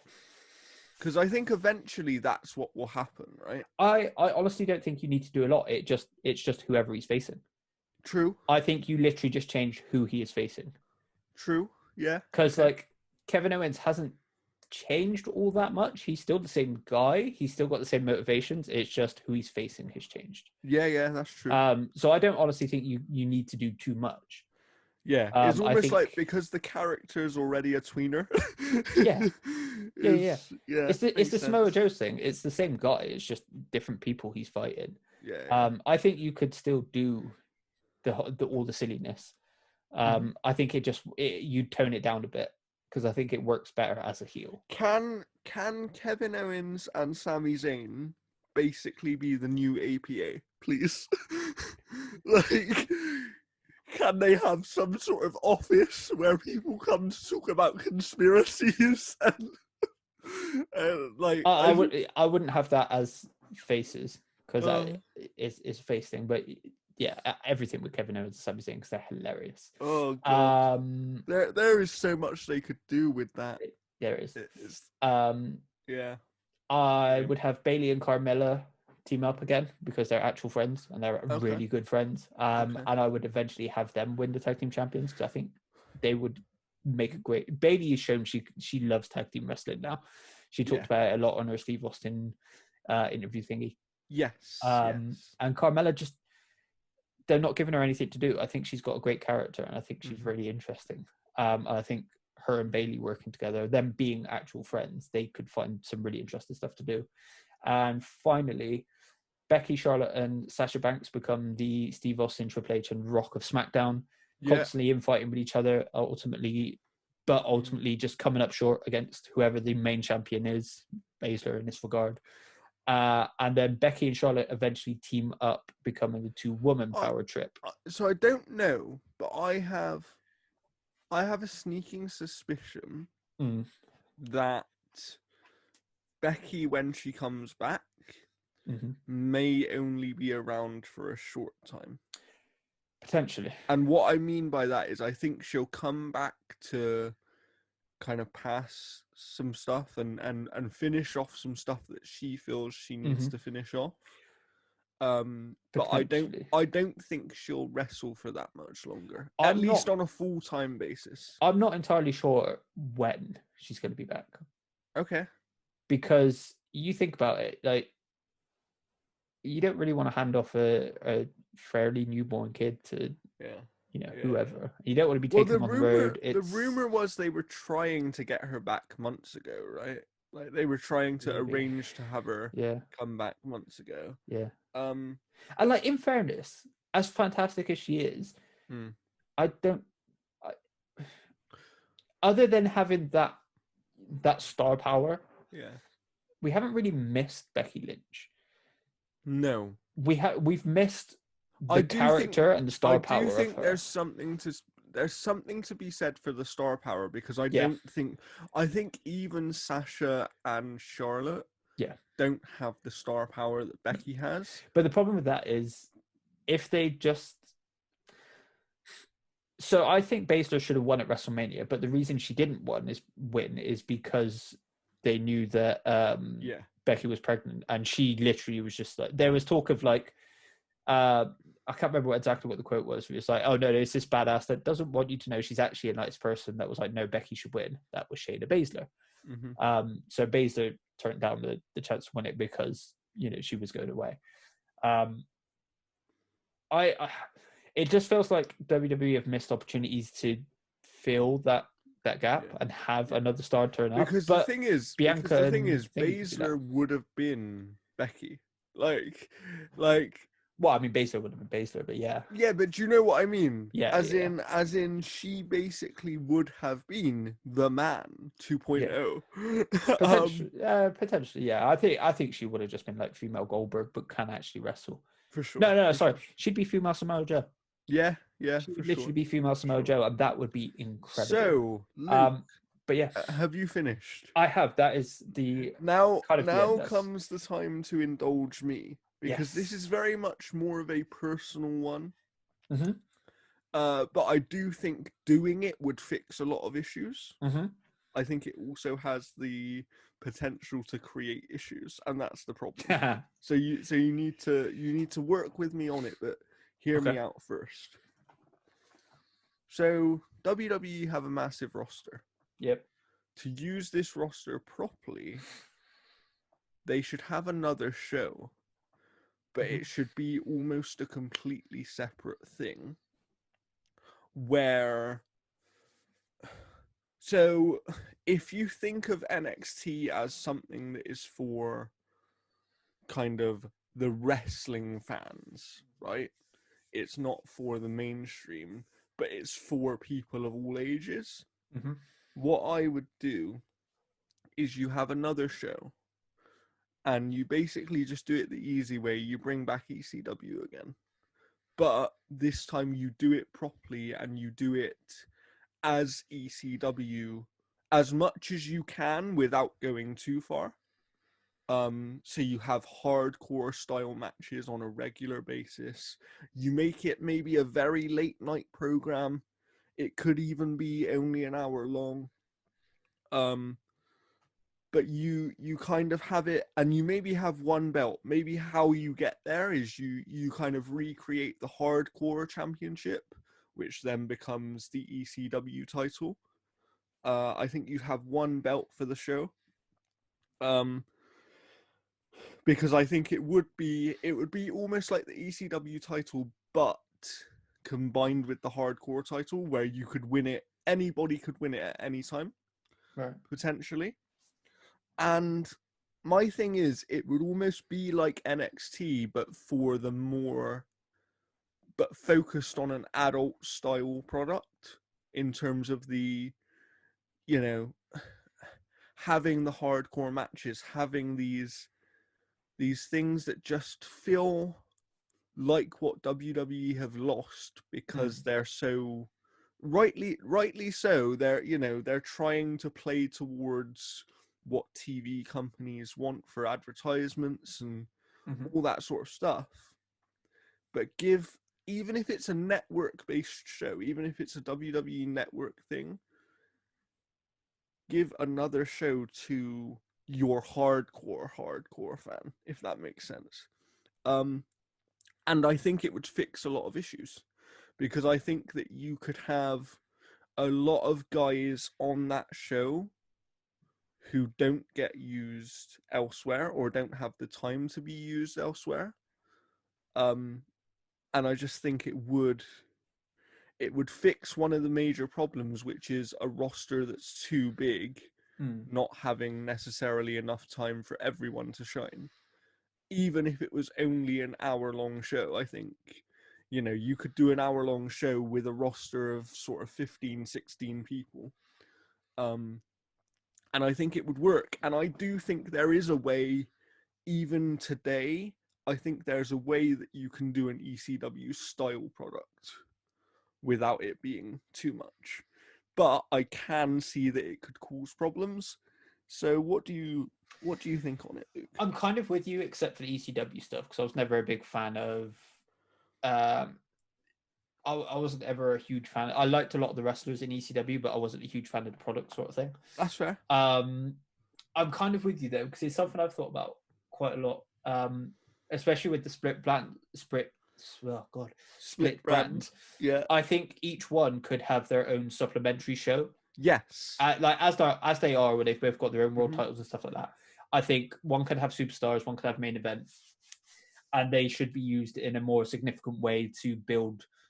Maybe even if it's only like mid card and tag team stuff, if they build up those people, sort of thing, rather than just being like, oh, we'll just throw you on here and feeling pointless. It feels like an insult when you put there.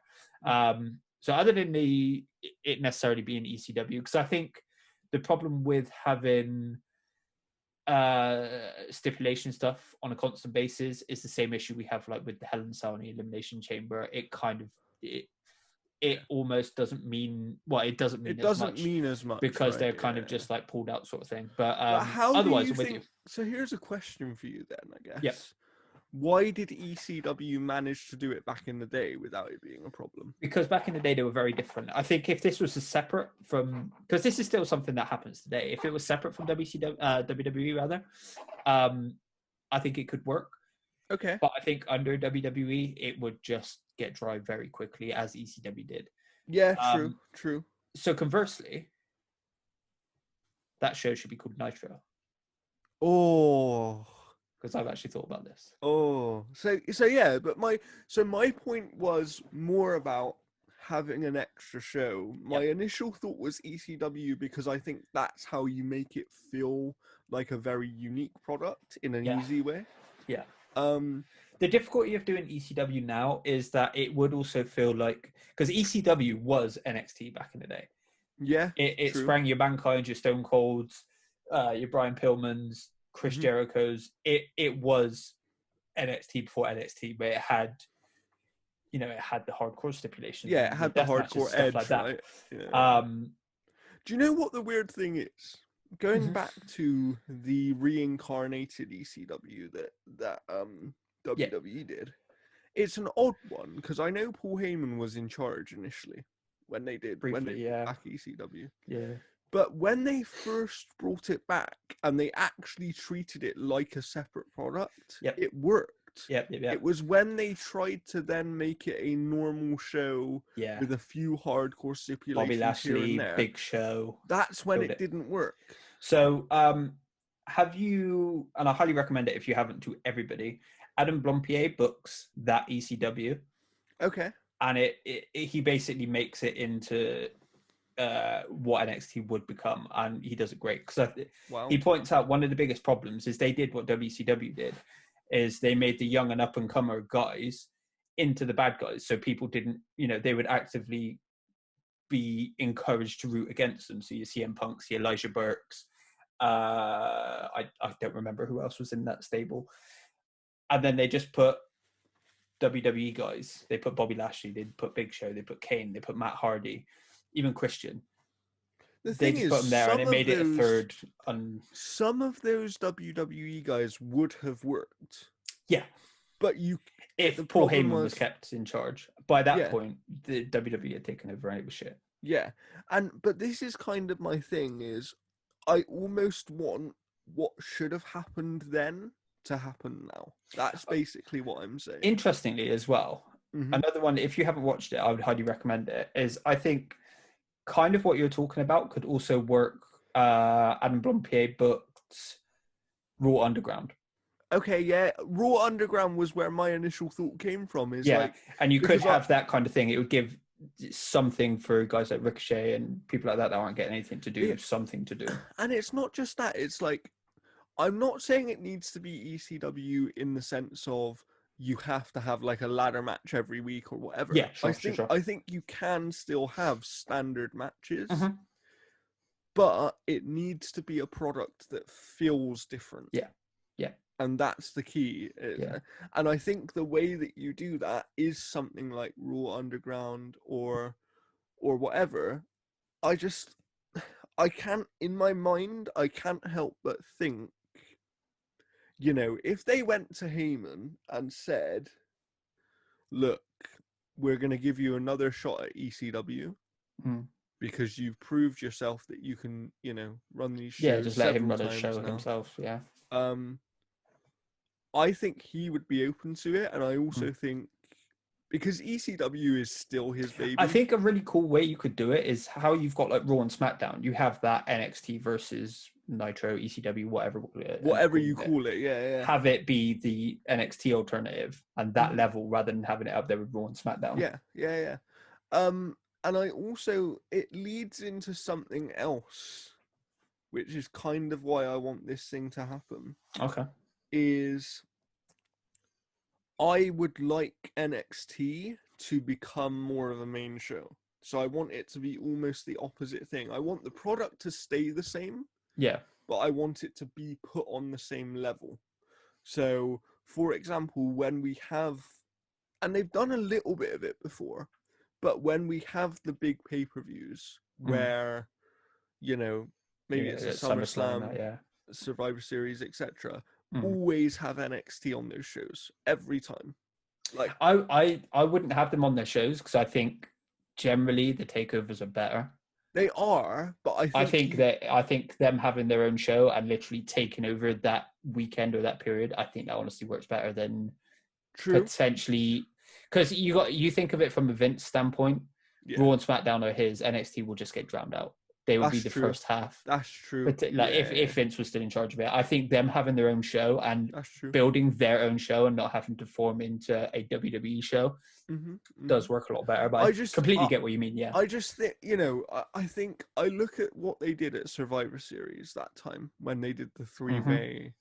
That was amazing. That came out of they had no choice because half of their roster got stuck in bloody Abu Dhabi. Yeah. But the thing is, it was amazing because they did it right and they gave NXT respect. Yeah. And then it went away again. Yeah. And it was like, you've got NXT on TV now. They, you know, they lost to AEW in the Wednesday Night War, sure, but they still. I honestly think I would prefer it if they're doing it the way they do currently with Raw and SmackDown and kept them completely separate. Okay. I think it would feel better because it wouldn't be SmackDown is like a second WWE show. It's no. Even take WWE branding off of it. Just be like, this is Raw, this is SmackDown. Granted, they're all under the same umbrella. I know what you mean. Yeah. Make them completely separate things because then they don't feel tied. They don't feel like SmackDown's just going to reference Raw and vice versa. It is going to be, this is this brand, this is this brand. We talked about Nitro just now. Yeah. Because obviously you brought it up as potentially a name for a new show. Do you think it's a little bit weird? I mean, I get it because Vince is just strange and a little bit petty. But do you think it's weird that they didn't ever do a show called Nitro? They almost did. In WWE. So they almost did. The original plan was to get rid of SmackDown, move Raw into that slot, and Mondays would be Nitro. Wow, really? Nitro was going to be the flagship show. Oh, wow. I'm not sure why it didn't happen, but that was the original plan when they bought out WCW. I do wonder whether there was ever a conversation about keeping them separate as well.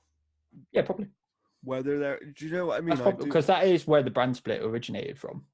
Yeah. The whole like WCW acquisition and having so many people. So yeah, so basically my thing is I want an extra show because I do think, yes, there's a lot of wrestling in the world and we don't get time to watch all of it. But I do actually think we've heard a lot about kind of WWE eventually wanting a show on every night of the week. And I do think that's possible. I think you can do it in a way that works. And I think each of these shows may have unique audiences, but I also think that's fine. Yeah. And they have NXT, which is great. NXT is doing its thing. But I want something that's completely different. Like even NXT feels still like feels very much. I think they can actually do that with offshoots of NXT. Okay. Because I think NXT UK and NXT, NXT UK is practically NXT Europe anyway. That just needs pushing and elevating because there's really good matches on there. For sure. But it just doesn't get the spotlight it deserves. And I think that NXT Tokyo or NXT Japan or whatever that is could be their strong style. For sure. I think they could definitely do that. It's a real odd one because you just I never wish ill on anybody. But I'll put it this way. I honestly cannot wait until Vince retires. Yeah. Just he's not going to step back. He does need to, like, it does need to shake up. It does need, like I said, I genuinely think. And you know what? I'm not going to be too harsh on Vince because I do actually think Vince still knows a lot. And I think sometimes he does make decisions that maybe we don't agree with, but they are for the best of the company. Potentially, yeah.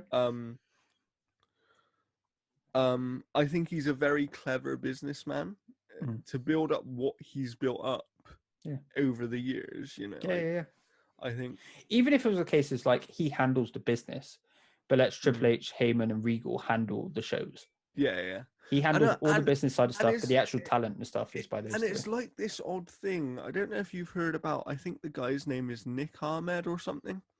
Yeah, he's the chief. And apparently he's been given a lot more power in WWE recently. Yeah. But he is the business side. But part of the reason is because he comes directly from Hollywood. So they're trying to use his links to basically make the product more mainstream. Yep. That's where that anime show's coming from.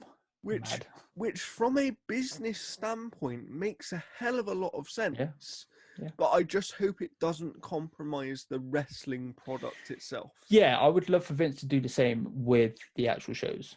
Yeah. People who know what they're doing take over, and he can oversee it and make final decision stuff. But the odd thing is, when he does kind of bite the bullet and let those people take over, it always works. Yeah, when Raw was run by Heyman, it was really good. Yeah. For 6 months until he got fired again. Yeah. Sucked. I still think the Eric Bischoff situation was really odd. He was basically in that job for 2 days. I'm not actually sure. I don't. I God knows what happened there. But yes, where are you gonna go? What have you got? I've got 2 left. I'm gonna save my actual written out one for last. Okay. I'm gonna go on the fly now. So this is my character one, and it's turning Bray Wyatt into Mankind, or more specifically Mick Foley. Okay. And I mean Bray Wyatt. I don't mean the Fiend. So I don't know. I don't exactly know what the plans are for the Fiend at the minute. It's very unclear. But I would have it where the Fiend just goes away for a while again. We don't need to see the Fiend, and we see Bray Wyatt come to a realization that he actually likes wrestling. He enjoys it, and he wants to actually try. So, and he wants help fighting his demons. So who does he enlist to help him out? Bo Dallas. Okay. He gets Bo Dallas to come in because do you know what Bray needs? What does he need? Believe in himself. Oh my God. He needs to believe in himself and not the Fiend.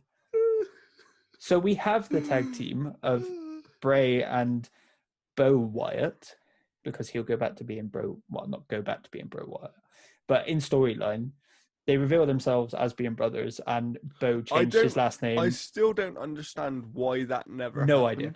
Me neither. I think it's ridiculous. But it turns out Bo took his mother's name potentially, or his dad's name, whichever one, because he was ashamed of the route that Bray took. He was ashamed of all the darkness, and he wanted to build light. So it's kind of going to be like the way they did Matt and Jeff, and they went broken sort of thing, but in reverse. So Bo is helping Bray fight his demons. They form this tag team, and it is literally Bray Wyatt. It's not the Fiend. It's Bray Wyatt we see on the Firefly Funhouse. He's out of the Funhouse. He's really positive. He is going for the cheap pops like Mick Foley used to. But this is the funny thing is, I actually love that character. Me too. Like, and they don't use him enough. Same. I think you can really really dial it up and make him a really sympathetic babyface. I think you can have all Imagine the Mick Foley if he somehow manages to be a babyface and a heel at the same time. That's kind of where it's going. So this is a bit on the fly. I haven't got this written down. I've literally got teams with Bo. That's all I've got written down. Okay.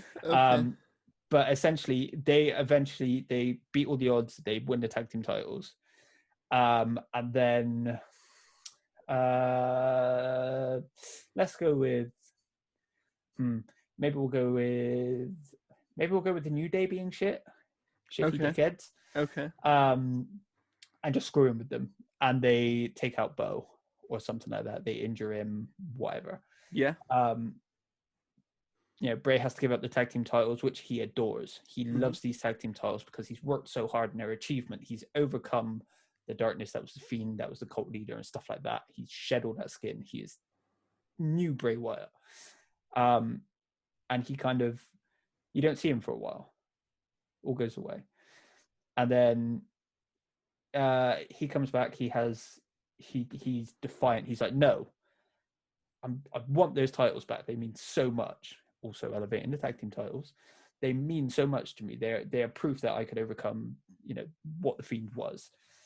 And he accepts a 2-on-1 handicap match against New Day to try and get these titles back.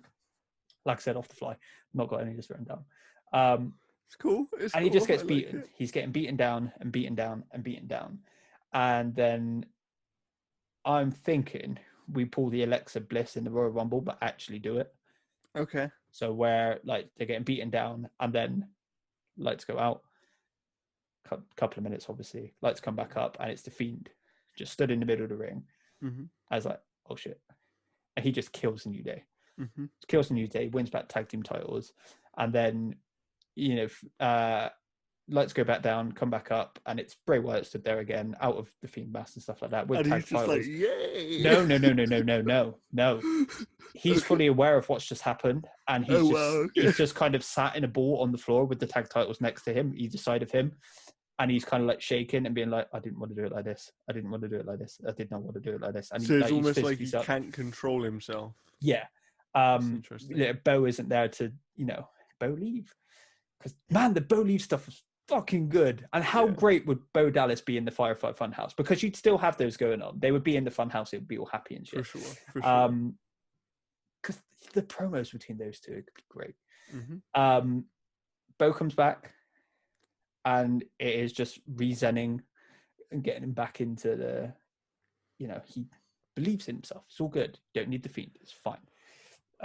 Because this way you can have the Fiend who doesn't need a title, does not need a title at all, off doing fiendy things. And you can have Bray Wyatt actually getting the recognition he deserves by being given titles and stuff like that. In my head, you do the 3 faces of Bray in a Royal Rumble. Oh, wow. Because that would be sick. You have Bray Wyatt come out, eliminated. You have cult leader Bray Wyatt come out, eliminated. You have the Fiend come out, destroy people, gets eliminated eventually, I guess. It would be more funny. That would work, but it would be more funny for people if it was Bray Wyatt, Firefly Funhouse Bray Wyatt. Then it was Husky Harris. Oh, dude. So no, so in my head, you stagger it, so there's 6 entries. So Oh. you get Firefly Bray Wyatt, you get Mick Foley, you get Fiend, you get Cult leader. His name's Bray Wyatt. You get Cult leader Bray Wyatt. You get not Cactus Jack. We'll save him for last. You get Dude Love. you get Mankind. Okay. And then you get Cactus Jack come out, and then you got the Fiend, because I think that would be really fun. That would be cool. Yeah, that would be great. Cool.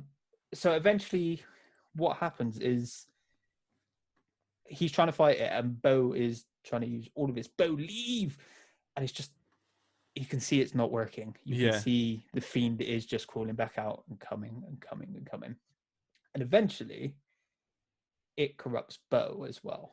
Okay. So Bo becomes the Fiend, mm-hmm. and Bray's just there like, shit.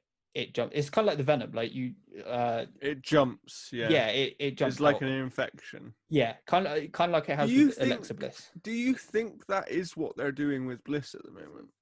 Where no, I don't think so. What do you think they're actually doing? There was a rumor ages ago she was meant to get her own mask. Okay. And she was meant to have her own Fiend turn. And that's probably just what they're doing with her now. She is going to have her run as that character while Bray is trying to, I don't know what they're actually doing with Bray, but it looks like they're trying to just give Alexa more to do. Yeah. Makes sense. So I don't know if there's going to be like a mix match eventually, but I doubt it. If there is, though, and they fight each other, that could be really cool. Firefly Funhouse. Has to be a Firefly Funhouse match, because that'd be sick. Yeah. But no, eventually it leads to both Bo and Bray being a Fiend of some kind. Okay.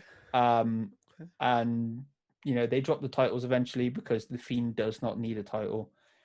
But then you've got this tag team that can come and go as needed. Mm-hmm. They're around when the Fiend is not doing Fiend stuff. Okay. So if you have a Fiend program, you don't see Bray and Bray.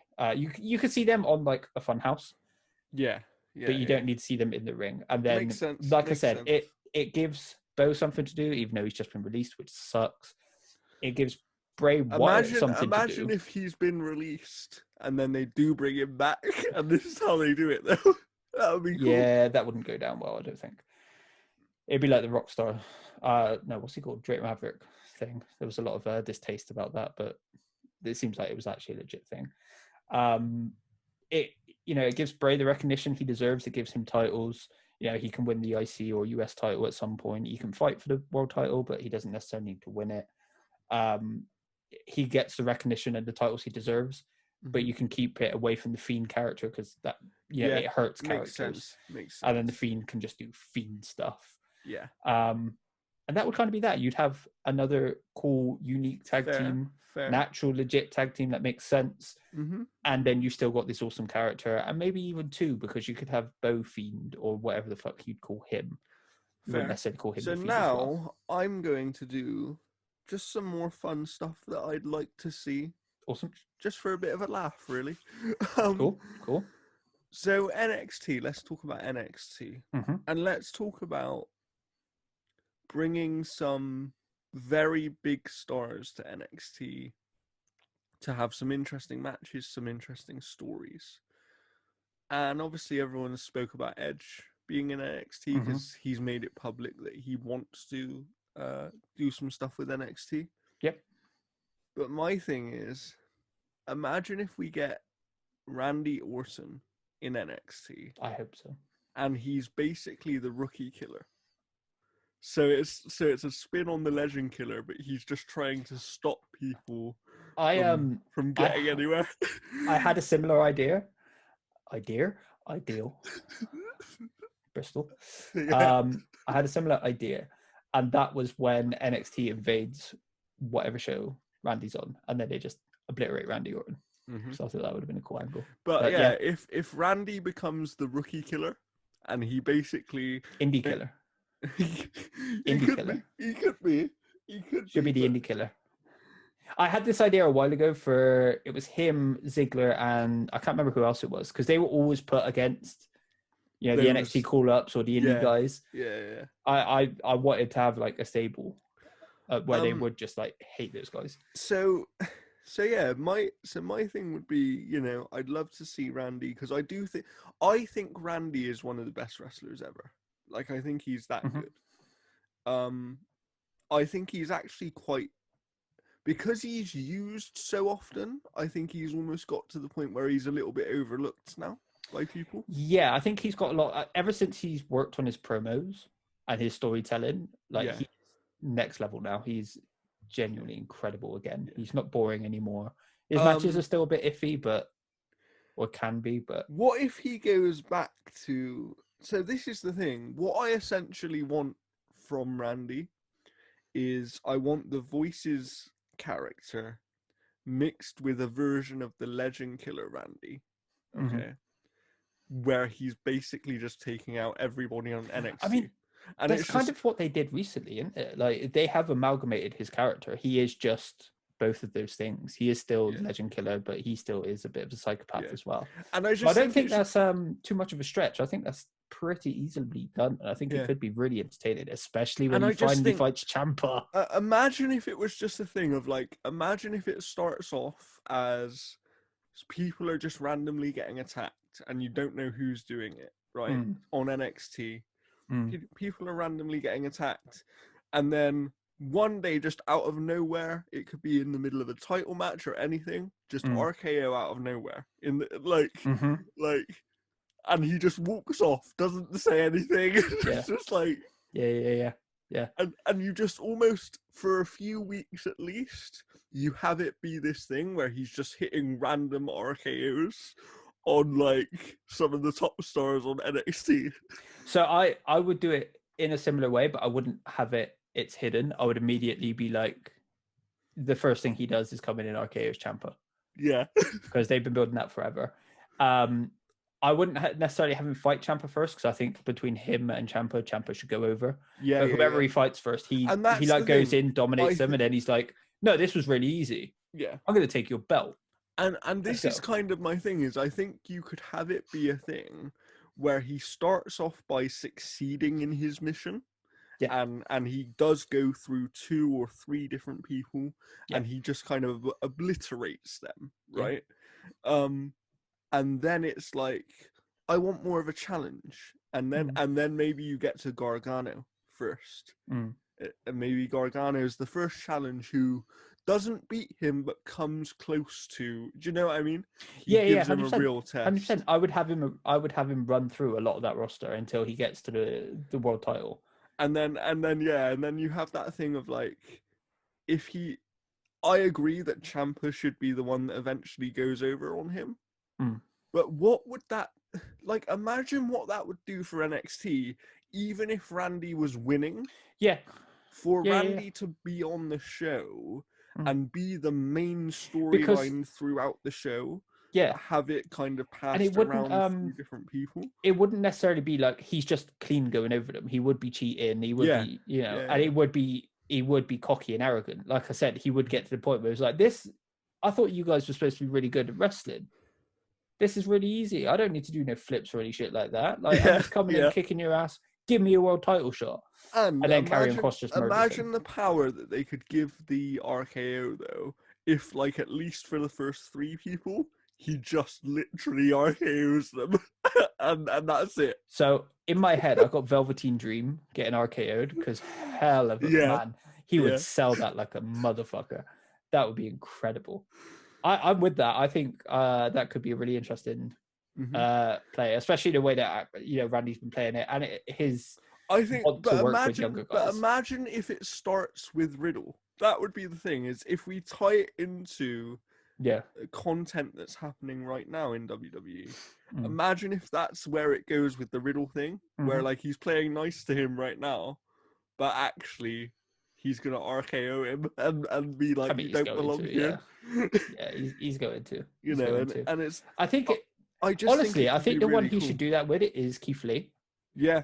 I think him and Keith Lee should have a rivalry. Keith Lee, I still can't help. Every time I think of Keith Lee now, I just think of Brock Lesnar saying, "Oh, big boy." That would be a hell of a match. Yeah, Keith Lee is going to be a huge star. For sure, It's for a shame sure. he's just injured at It's the minute. odd. It's odd though because it seems like they feel like maybe he's not ready as well. Because there was rumors that they were maybe going to send it back to NXT. That's a bit. I'd be okay with that. I think he left NXT too quickly.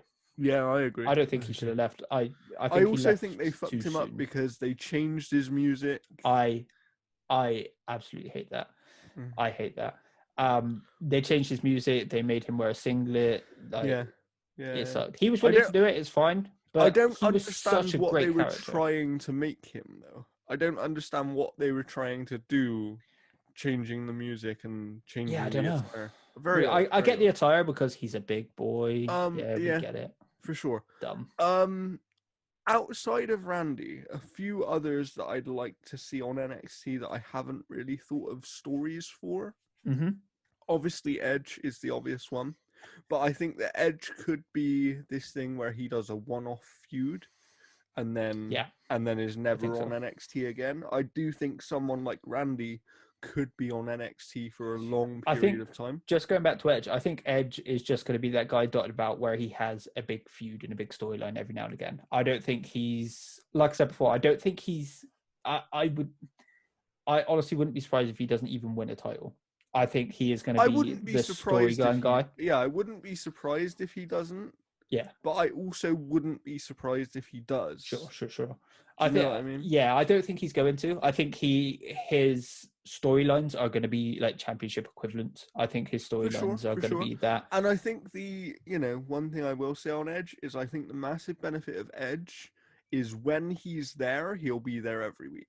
So, just again, off the top of my head, I think it'll be Edge and Ciampa. Okay. Because they have history. Like they've they're good friends outside of wrestling. For sure. What if it's rated R Edge trying to bring out Psycho Killer? Again, because Psycho Killer has kind of gone missing for a while. He's trying to bring Psycho Killer back out of best version of Ciampa as well. Absolutely. Best version of Ciampa by far. Like I love Ciampa and Gargano as a tag team. They were great, but Ciampa by himself has to be Psycho Killer. I mean, to the point where he didn't need entrance music. Yeah. That was dope. He was just getting booed. That was incredible. Best heel. I like the music they gave him though. Oh, I love his theme music. I love his theme music, but the fact that he didn't need music for a while because he was just getting a chorus of boos. We gotta do best themes at some point. Absolutely do. Maybe next time. We gotta do for sure. Maybe next time. Yeah, definitely. But yeah, so who else have I got? Obviously, there's some obvious ones like Cesaro. I would like to see if you're not gonna have Randy do the thing that I said. I think you could also do something similar with Roman. If you want to have Roman keep the character that he is, but you want to kind of spread it out outside of just the individual show and kind of make him the tribal chief of WWE, I think you could do that by... I can imagine if he loses, or when he uses the Universal title, he just upsticks, fucks off to Raw, and is like, yeah, this is my yard now. And just takes Raw. I can imagine him just going from place to place, just absolutely dominating. Yeah. He could be... Like, they don't need to get Brock Lesnar back. No, Roman for Reigns sure. is They that don't guy need now. to. They don't need to, for sure. And then, there's people like, you think Daniel Bryan, you wonder whether... I know that Bryan's contract's up soon, but he has publicly stated in an interview that, it sounds like he wants to keep wrestling, and he's not really sure exactly what he'll do yet. Yeah, he's thinking about part-time. Because he has even said that if he could continue to wrestle in WWE, but have the freedom to wrestle elsewhere as well, he would do that. Yeah. Which I honestly think they will probably grant him. I think they would grant him as long as he wasn't wrestling on TV for anyone else. I don't think so, because the Chris Jericho stuff with Kenny was okayed by Vince.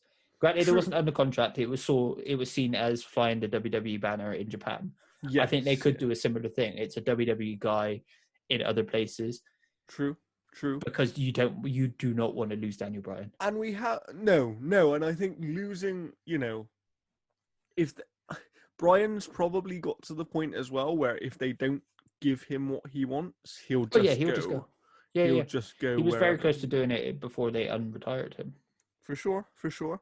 But yeah, no, I think if you have, I think you could put Brian in NXT and do some really interesting stuff. I think there's some interesting Yeah, I think matches he there could do to a be similar had. thing to Edge and just be a storyline guy and just go For everywhere. sure, for I sure. would love if there's another run with Gulak. Oh yeah. Maybe like a Yeah. tag team run because they were so good together. I was hoping they would actually form a tag team and win tag titles because they're great. So to pad out the NXT roster a little bit, because I'd like to see some variation in the roster, because it feels like on NXT, and maybe it's because of injuries and stuff at the minute, but it feels like we're seeing the same people all the time. So in order to do that with a couple of smaller names, I would put someone like Ali in NXT. Mm-hmm. I think he could do wonders over Yeah, there. I would have put Aleister Black back down when he asked for it. Yeah, I would have put Aleister Black back down as well. Ricochet. Ricochet is another one. But outside of people who have kind of already been in NXT in the form that is in, I'm thinking of a few others as well, like you know, some who. I was say I had an idea for putting before his current stuff, which I think is great. Go on. Is put in Apollo and Chad Gable together as like That would American be Alpha great. 2.0. That would have been great. And putting them in NXT. So the one I was just thinking, and because I do think, again, it's an experienced guy who I think the people in NXT could learn a lot from. And I think he'd also benefit massively from being on his own, but also being on a show where he can be one of the top stars, because it's been proven before, is John Morrison. I think if you put Morrison down in NXT, and just keep him there. Yeah, it's really bizarre because everywhere else he is the guy. He is a huge star. He's been proven that he can do it as well. Yeah, on main roster they just don't. Yeah, it's really weird. I think if you put him in NXT, it would be a big deal. He'd do great things. Yeah, and that's kind of the thing is the only way that I would fix NXT is I think it needs a little bit. I'll put it this way, because it has star power there, but it only has star power for the people who know. If that makes sense. It hasn't got like mainstream. It needs at least, I would say, 2 mainstream stars. And they don't necessarily have to be the biggest ones. I think it could be a John Morrison. I think it could even be a Miz if Miz was on his. So, one of the guys I would have put down there until recently, Cesaro. Yeah. I think Cesaro would have been fantastic in NXT. He's already done it. Like his stuff with Sami Zayn in NXT ages ago. Sure. Oh, his stuff with William Regal, incredible. Yeah, for sure. If they weren't gonna push him, which it looks like they are, don't fuck it up. The two that I would put down there, if you were to go for stars that aren't really being used properly on the main roster, but could benefit NXT massively, it would be John Morrison. And then it would be a toss-up between... The reason it would be a toss-up is one of these I actually really like what he's doing right now, and the other one I think will never be used properly on the main roster. So it's either Shelton Benjamin or you put Shinsuke back down there. Shinsuke. And that's kind of my thinking, is because if you have Shinsuke and Morrison down there, that's 2 guys who can be consistent top stars. I get that you've got Balor there as well, but I do think Balor's lost his star power a little bit. Not massively, but I think a little bit. Yeah, I think WWE definitely hurt him in not using him. Like, there are still huge fans of him, but he's not as mainstream as he could have been. Yeah, for sure. And to their credit, they tried, though, when he initially came up, and then he got injured, and then it was like, okay, Yeah, now and then we're they not just going to completely bother. dropped him. Yeah. This is the injury thing I was talking about earlier with Ziggler. With I can't remember who It's we almost mentioned like earlier. once you get one injury, you've got that asterisk next Yeah, to but you. unless you're, Randy Orton, or if they really, they like you for some reason, because Balor's small. That's the only reason they didn't push him For harder. sure, Or like for Kevin sure. Owens is a big dude. That's why they haven't put him in. So yeah, I just think having somebody like Morrison and Shinsuke, and the good thing about those two as well is they have a lot of similarities where you could have one of them be a heel and one be a face.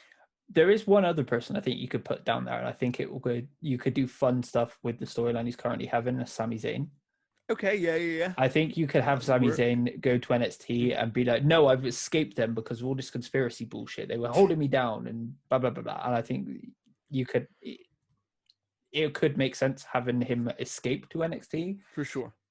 and they could play it like that guy that did all the WikiLeaks escaping Oh to a yeah, different country. Are And sort of thing. you with me though on the idea that NXT would benefit from having at least one, if not two stars that have slightly more mainstream? No, kind of. So I don't think they need it by any stretch. I think them being on Tuesdays now is going to help them a lot, Yeah, because I think there was they're as away much as from there is AEW, right? I don't think it's even that. I think there is a lot of people, there's a lot of noise about AEW versus NXT, where most of the people wanted to watch both. So having the separation, people can watch both. So it is going to benefit both now. And they are in a bit of a rebuilding phase. Adam Cole looks, well, maybe is going to move up, but it looks like he's going to stay on NXT for now. Kyle O'Reilly's going to be built up. Karrion Kross is being built up.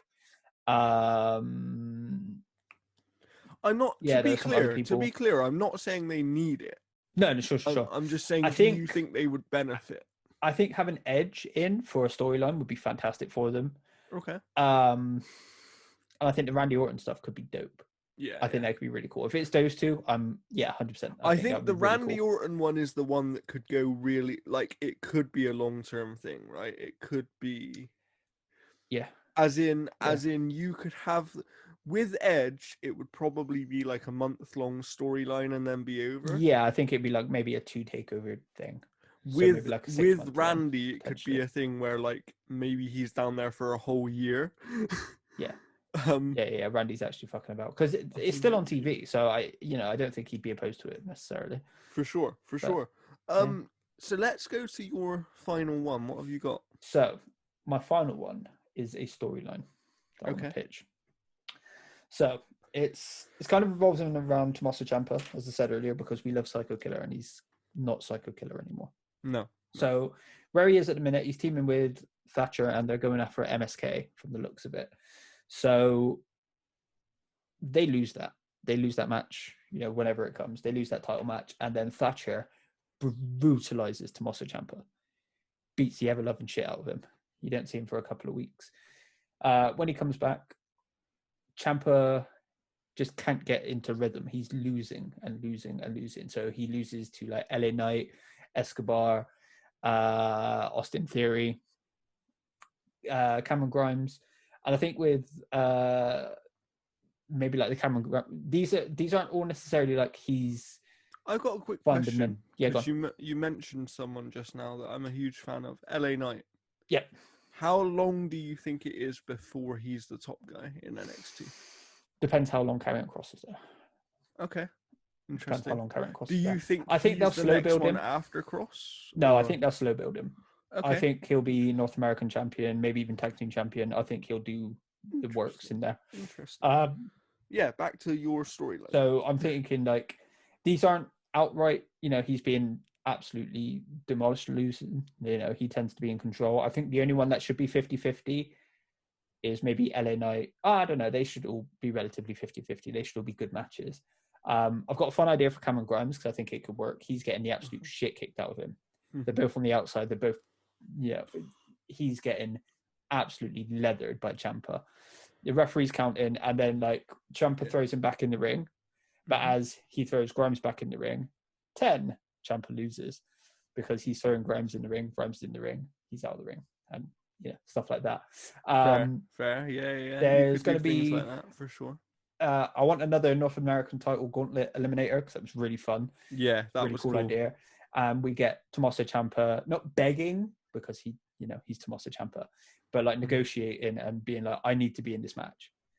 I'm on a losing streak, but this I can do this. So come on, Luke, tell me. I know where it's going. When do we get to the point where he snaps and becomes the Psycho Killer? Bear with me. I'll tell you, this is like a year-long thing. Like I've properly thought this out. Wow. So he's in the Gauntlet Eliminator, and the final two are him and Austin Theory, because Austin Theory is also very important to this. Yeah. And Ciampa does win, but he wins with like a cheap roll-up. He puts his feet on the ropes and stuff like that. And that's kind of the start of the... No. Oh, okay. It's not. So, who's the North American champion? Right now, Gargano. Johnny Gargano. Ciampa versus Gargano. But they flip it. So Gargano is the one that's doing all the mind games. Yeah, okay. Heading around with DIY shit. So actually in the title match, Gargano comes out to DIY entrance music. He's in DIY gear. Wow. Okay. Theory's there. Well, he's not in theory. He's got like a DIY shirt on. Yeah. So and then Theory's coming down in like DIY like Ciampa gear cool. or something like that. Like fully decked out. And so is Candice. Mm-hmm. Ciampa rushes in and just starts beating the shit out of. Do you remember that odd time? Sorry, just one second, because I was thinking about DIY. Mm-hmm. Do you remember that odd time where they announced Gargano and Ciampa as being called up to the main roster and then they never showed up? No, they did. They put them in a tag team. Did they? Yeah. So it was them and Aleister Black and Ricochet, and they were having tag team matches, and it was just stupid. It was dumb. It was after WrestleMania one year. It almost felt like it just popped into my mind. It was just because those four were the hottest thing in NXT, and main roster was bland, and they needed to inject some new stuff. Yeah, so they just straight up called them. The reason it entered my mind is because I was thinking about this storyline you're telling, and I was like, the thing about anything that Ciampa and Gargano do together, and even individually for Ciampa, at least I would say, it's gold. Like everything they do is gold. So why is it not happening on the main roster? Oh! They've made it very clear they don't want to be on the main roster. Ciampa has come out and said, if they put me on the main roster, I'm gone. Wow. He does not want to be on the main roster at all. Wow. But yeah, so the North American Championship match, Ciampa just rushes in, and he's like beating the shit out of Gargano. It evens out a bit in the middle, and it looks like Ciampa's going to win it, but Gargano wins because Theory, dressed in DIY gear, throws in the DIY shirt, and Ciampa's just like kind of like they did with Andrade and Gargano. Yeah, but obviously in the reverse. Gargano gets a cheap win. There is then a couple, some more matches. Ciampa eventually loses to Austin Theory again. Okay. Which is where Ciampa disappears for a bit. Austin Theory then becomes the number one contender for the North American title. Okay. He starts to turn face. He starts getting... So the way you do this is by having Gargano becoming really self-conscious, and starts really berating and mistreating, kind of like the Virgil thing, kind of like the Miz and Damian Sandow thing. Yeah. Mm-hmm. So eventually there's this angle backstage where they're talking about how this match is going to go, and Theory reluctantly agrees to redo the finger poke of doom, which calls back to a joke that Austin Theory made not too long ago. Yes. So, talk about long-term storytelling. I've got an idea for this, I'm telling you. So Theory reluctantly agrees to that. Comes down to the match. And then finger poke of doom. 1, 2, kicks out. Okay. And then they just do it a couple more times. So no. This isn't what we planned. Let's do it properly. Does it a couple of times, and then eventually it turns into an actual match. The finish of the match is Gargano going for that springboard DDT. I can't remember what he calls it. Yeah, I can't remember. But where he springs over the top rope and hits him with DDT. But Theory catches him and turns it into this TKO. Okay. Pins him. Austin Theory wins. This feud keeps going a bit longer, so we get another match at the next takeover. The stipulation is that if Gargano loses, he doesn't get another chance at the title, and he cannot touch Theory. Okay. Austin Theory becomes untouchable to him. He cannot do a thing, otherwise he's fined, sacked, whatever you like. So despite the best attempts of Gargano and Candice, doing all their shenanigans, Austin Theory still retains. But then he gets attacked post-match by Tommaso Ciampa, who's returning after months away. Not only getting revenge for costing him the North American title match way back when he distracted him with a DIY shirt, but also the chance at getting another title shot. And at this point, Austin Theory is, if everything goes to plan, Austin Theory is probably the biggest babyface in NXT. I almost called him TNA. Jesus. It's because I got North American title just down as NA. So this big heel, because he like fucking takes him out. Makes sense. And while Ciampa stood there over Theory's, like, he's just destroyed him. He's just stood there over him. He's glaring at the title and stuff. He just looks up and locks eyes with Gargano. And Candice is in the corner and they're just there. The next day, or the next NXT, Ciampa's in the middle of the ring, but before he can say anything, Gargano just cuts him off and comes down to the ring. He's like, wait, gets in the ring. Did you feel that? Did you feel that too? And he said, like, when you were dismantling Austin Theory, he got this like weird fluttering in his stomach. I know you felt it. I know you felt it. It's like something peering through the crack. There's something there. I knew you felt it. And then just relentlessly, Gargano and Candice being really, really annoying. Eventually, they've got new custom DIY shirts and custom ring gear. They eventually convinced Ciampa to reform DIY. Okay. So you've got a heel DIY. So you've got... Would that work? It will. Because they did it for a while. That's true. And it was very good. It was very good. But it was a little bit different. This is properly heel DIY. Because I think anything they do could work. So this is Gargano living through Ciampa because he cannot touch Theory. Okay. So that stipulation, he cannot do a thing to Theory. He can barely even talk to Theory. So he's living through Ciampa in this Ciampa Theory feud. And he's constantly spurring him on. Every beatdown, he's giving him disgusting ideas and stupid shit that he could do to him. Ciampa and Theory have a cage match to like end this all.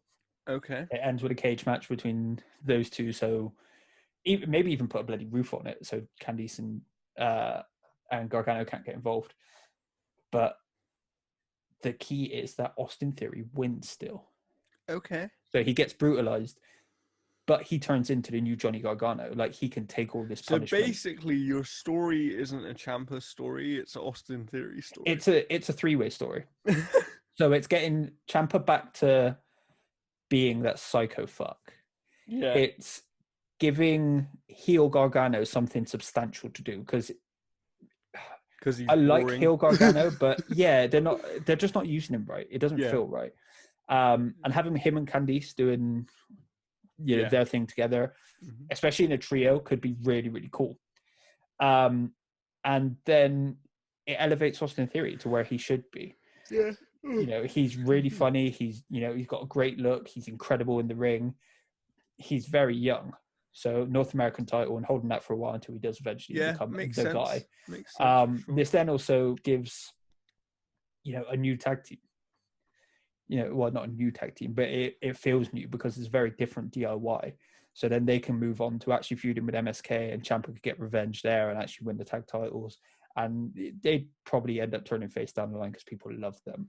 But like I said, it gives Gargano something substantial to do as a heel and show off a whole range of heady things. Yeah. Rather than just being this kind of annoying, kind of dull heel. It makes Ciampa feel like a threat again, because at the minute, I never thought he was going to beat Walter as much as I wanted him to. True. It wasn't until the actual match where it seemed like he could have. In the build-up, it never looked like he was that much 100%. Of a threat. And then it builds a new star in Austin Theory. Achieves three things. Yeah, it makes sense. It's a good story. And this is over, like I said, I hate to think how long you spent on that. Dude, honestly, not that long. Fair. Honestly, like I said, I was bored in work.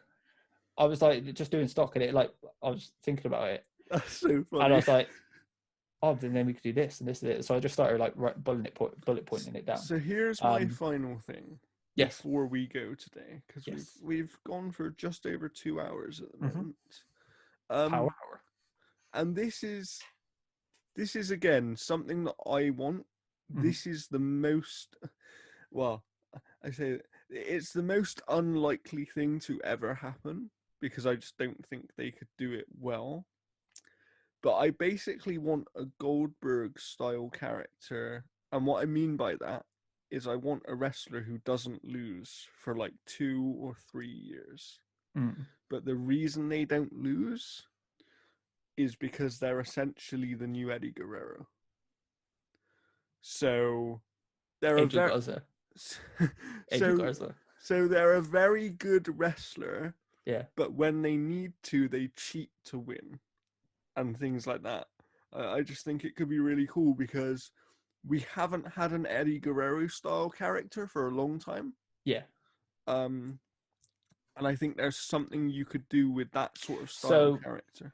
I genuinely think Dolph Ziggler could have done that a couple of years ago. I agree. When they were doing the whole The Miz is paired with Ric Flair thing, that was just the wrong thing to do. He should have been paired with Dolph Ziggler. Yeah. The Miz was fine on his own. Ziggler needed a bit of a push. I think he could have done that. I think the being unbeaten is, a big stretch, but I think you could do where I think he has like DQ losses, but so they're not. This is kind of my losses, thing. I think you could do the unbeaten thing. I just don't know how long you could do it for. And the reason I think the unbeaten thing would work is because it would be like Eddie Guerrero, in the sense where whoever does it isn't framed as someone who just cheats all the time. They are a very good wrestler that wins clean, but cheats when they need to cheat. Well, ironically, that's what I like about the Dirty Dogs. Yeah. Because there was a clip, I think it was from the last SmackDown, where they're facing the Street Profits. Yeah. And Ziggler tags in, but no one sees it. The referee sees it. And then Montez is attacking Robert Roode, puts him in the corner, comes out of the corner, Ziggler slides in, zigzag, 1, 2, 3. Yeah. I love them for that, because it's the veteran stuff. For sure. I really think Angel Garza would be great, because he oozes Eddie Guerrero charm. So this is what, to me, Andrade should have done. Eventually, this is what his character. Shayna Baszler. That could work. I think Shayna Baszler could, because the thing about she did that Shayna, in NXT. Because the thing about Shayna is she's got the legitimacy of being able to beat anyone. Because that's kind of the road I want to go down. I don't want to go down the road of someone who cheats all the time. Yeah. I want to do it in the Eddie Guerrero style, where it's like, I am one of the best wrestlers, and I will beat the majority of people without cheating. Yeah. But when I come up against a Kurt Angle or a Brock Lesnar, maybe I need to cheat. The limit. Maybe I need to cheat to get a little advantage. That's kind of what I want. That is exactly what Shayna Baszler should have been. She should have continued that from NXT, but they screwed her up. Yeah. So 100%, 100%. I think that should have been Shayna Baszler. I think they could probably do that with Karrion Kross. Yeah. When he comes up. Basically, that's kind of my thing. Is I think it's unlikely to happen, because I also think that the problem with doing that style of character is it could draw comparisons to Eddie, and that is potentially a sensitive thing. I think it depends how you do it. Yeah, because like Eddie did it in like a really cheeky, fun way, sort of thing. Yeah. Whereas, Shayna Baszler would do it to hurt people. True. Sort of thing. So I think you could get away with it. And she did it before. Do you know who I'd like to see become this character eventually? Because this is, to me, the key about the Eddie Guerrero character that people overlook is he got to the point where he could be heel or face at the snap of his fingers. Yeah. Because he built up this character in a way where he could just switch it. He could make it evil. He could do whatever he needed to do. Imagine if this character is essentially what Sami Zayn becomes. Where he starts off as just kind of straight out cheating every single time to win. But as he builds up his confidence, he kind of finds the better wrestler in him again and doesn't need to cheat every time to win anymore, but still will cheat against certain people when he needs to. Yeah. I think it could be really And cool. does that stupid dance. Yeah. That is And funny as shit. So good. I just think there's a really cool opportunity there to have a character that we haven't had for a while. Yeah. Because that's one of my things I think wrestling has lost over the last 10 to 15 years, is there aren't enough characters anymore. If and when he does come back, that sounds perfect for Velveteen Dream. Yeah, that would be really cool. Well, let's sign off. We've had our power hour. Yes. We're at, a good amount of time here. And let us know if you've made it to the end of this episode. Let us know, who do you want to be the new version of Eddie Guerrero? Who would you like to see take up that sort of role? Angel Garza. Angel Garza. Which of these pitches did you like the most? Yeah, which one's your favorite? Do you have any pitches of your own? I hope you've enjoyed the show. And if you have, we've got 2 words for you. What are they, Luke? Please subscribe. We will see you next time. Goodbye.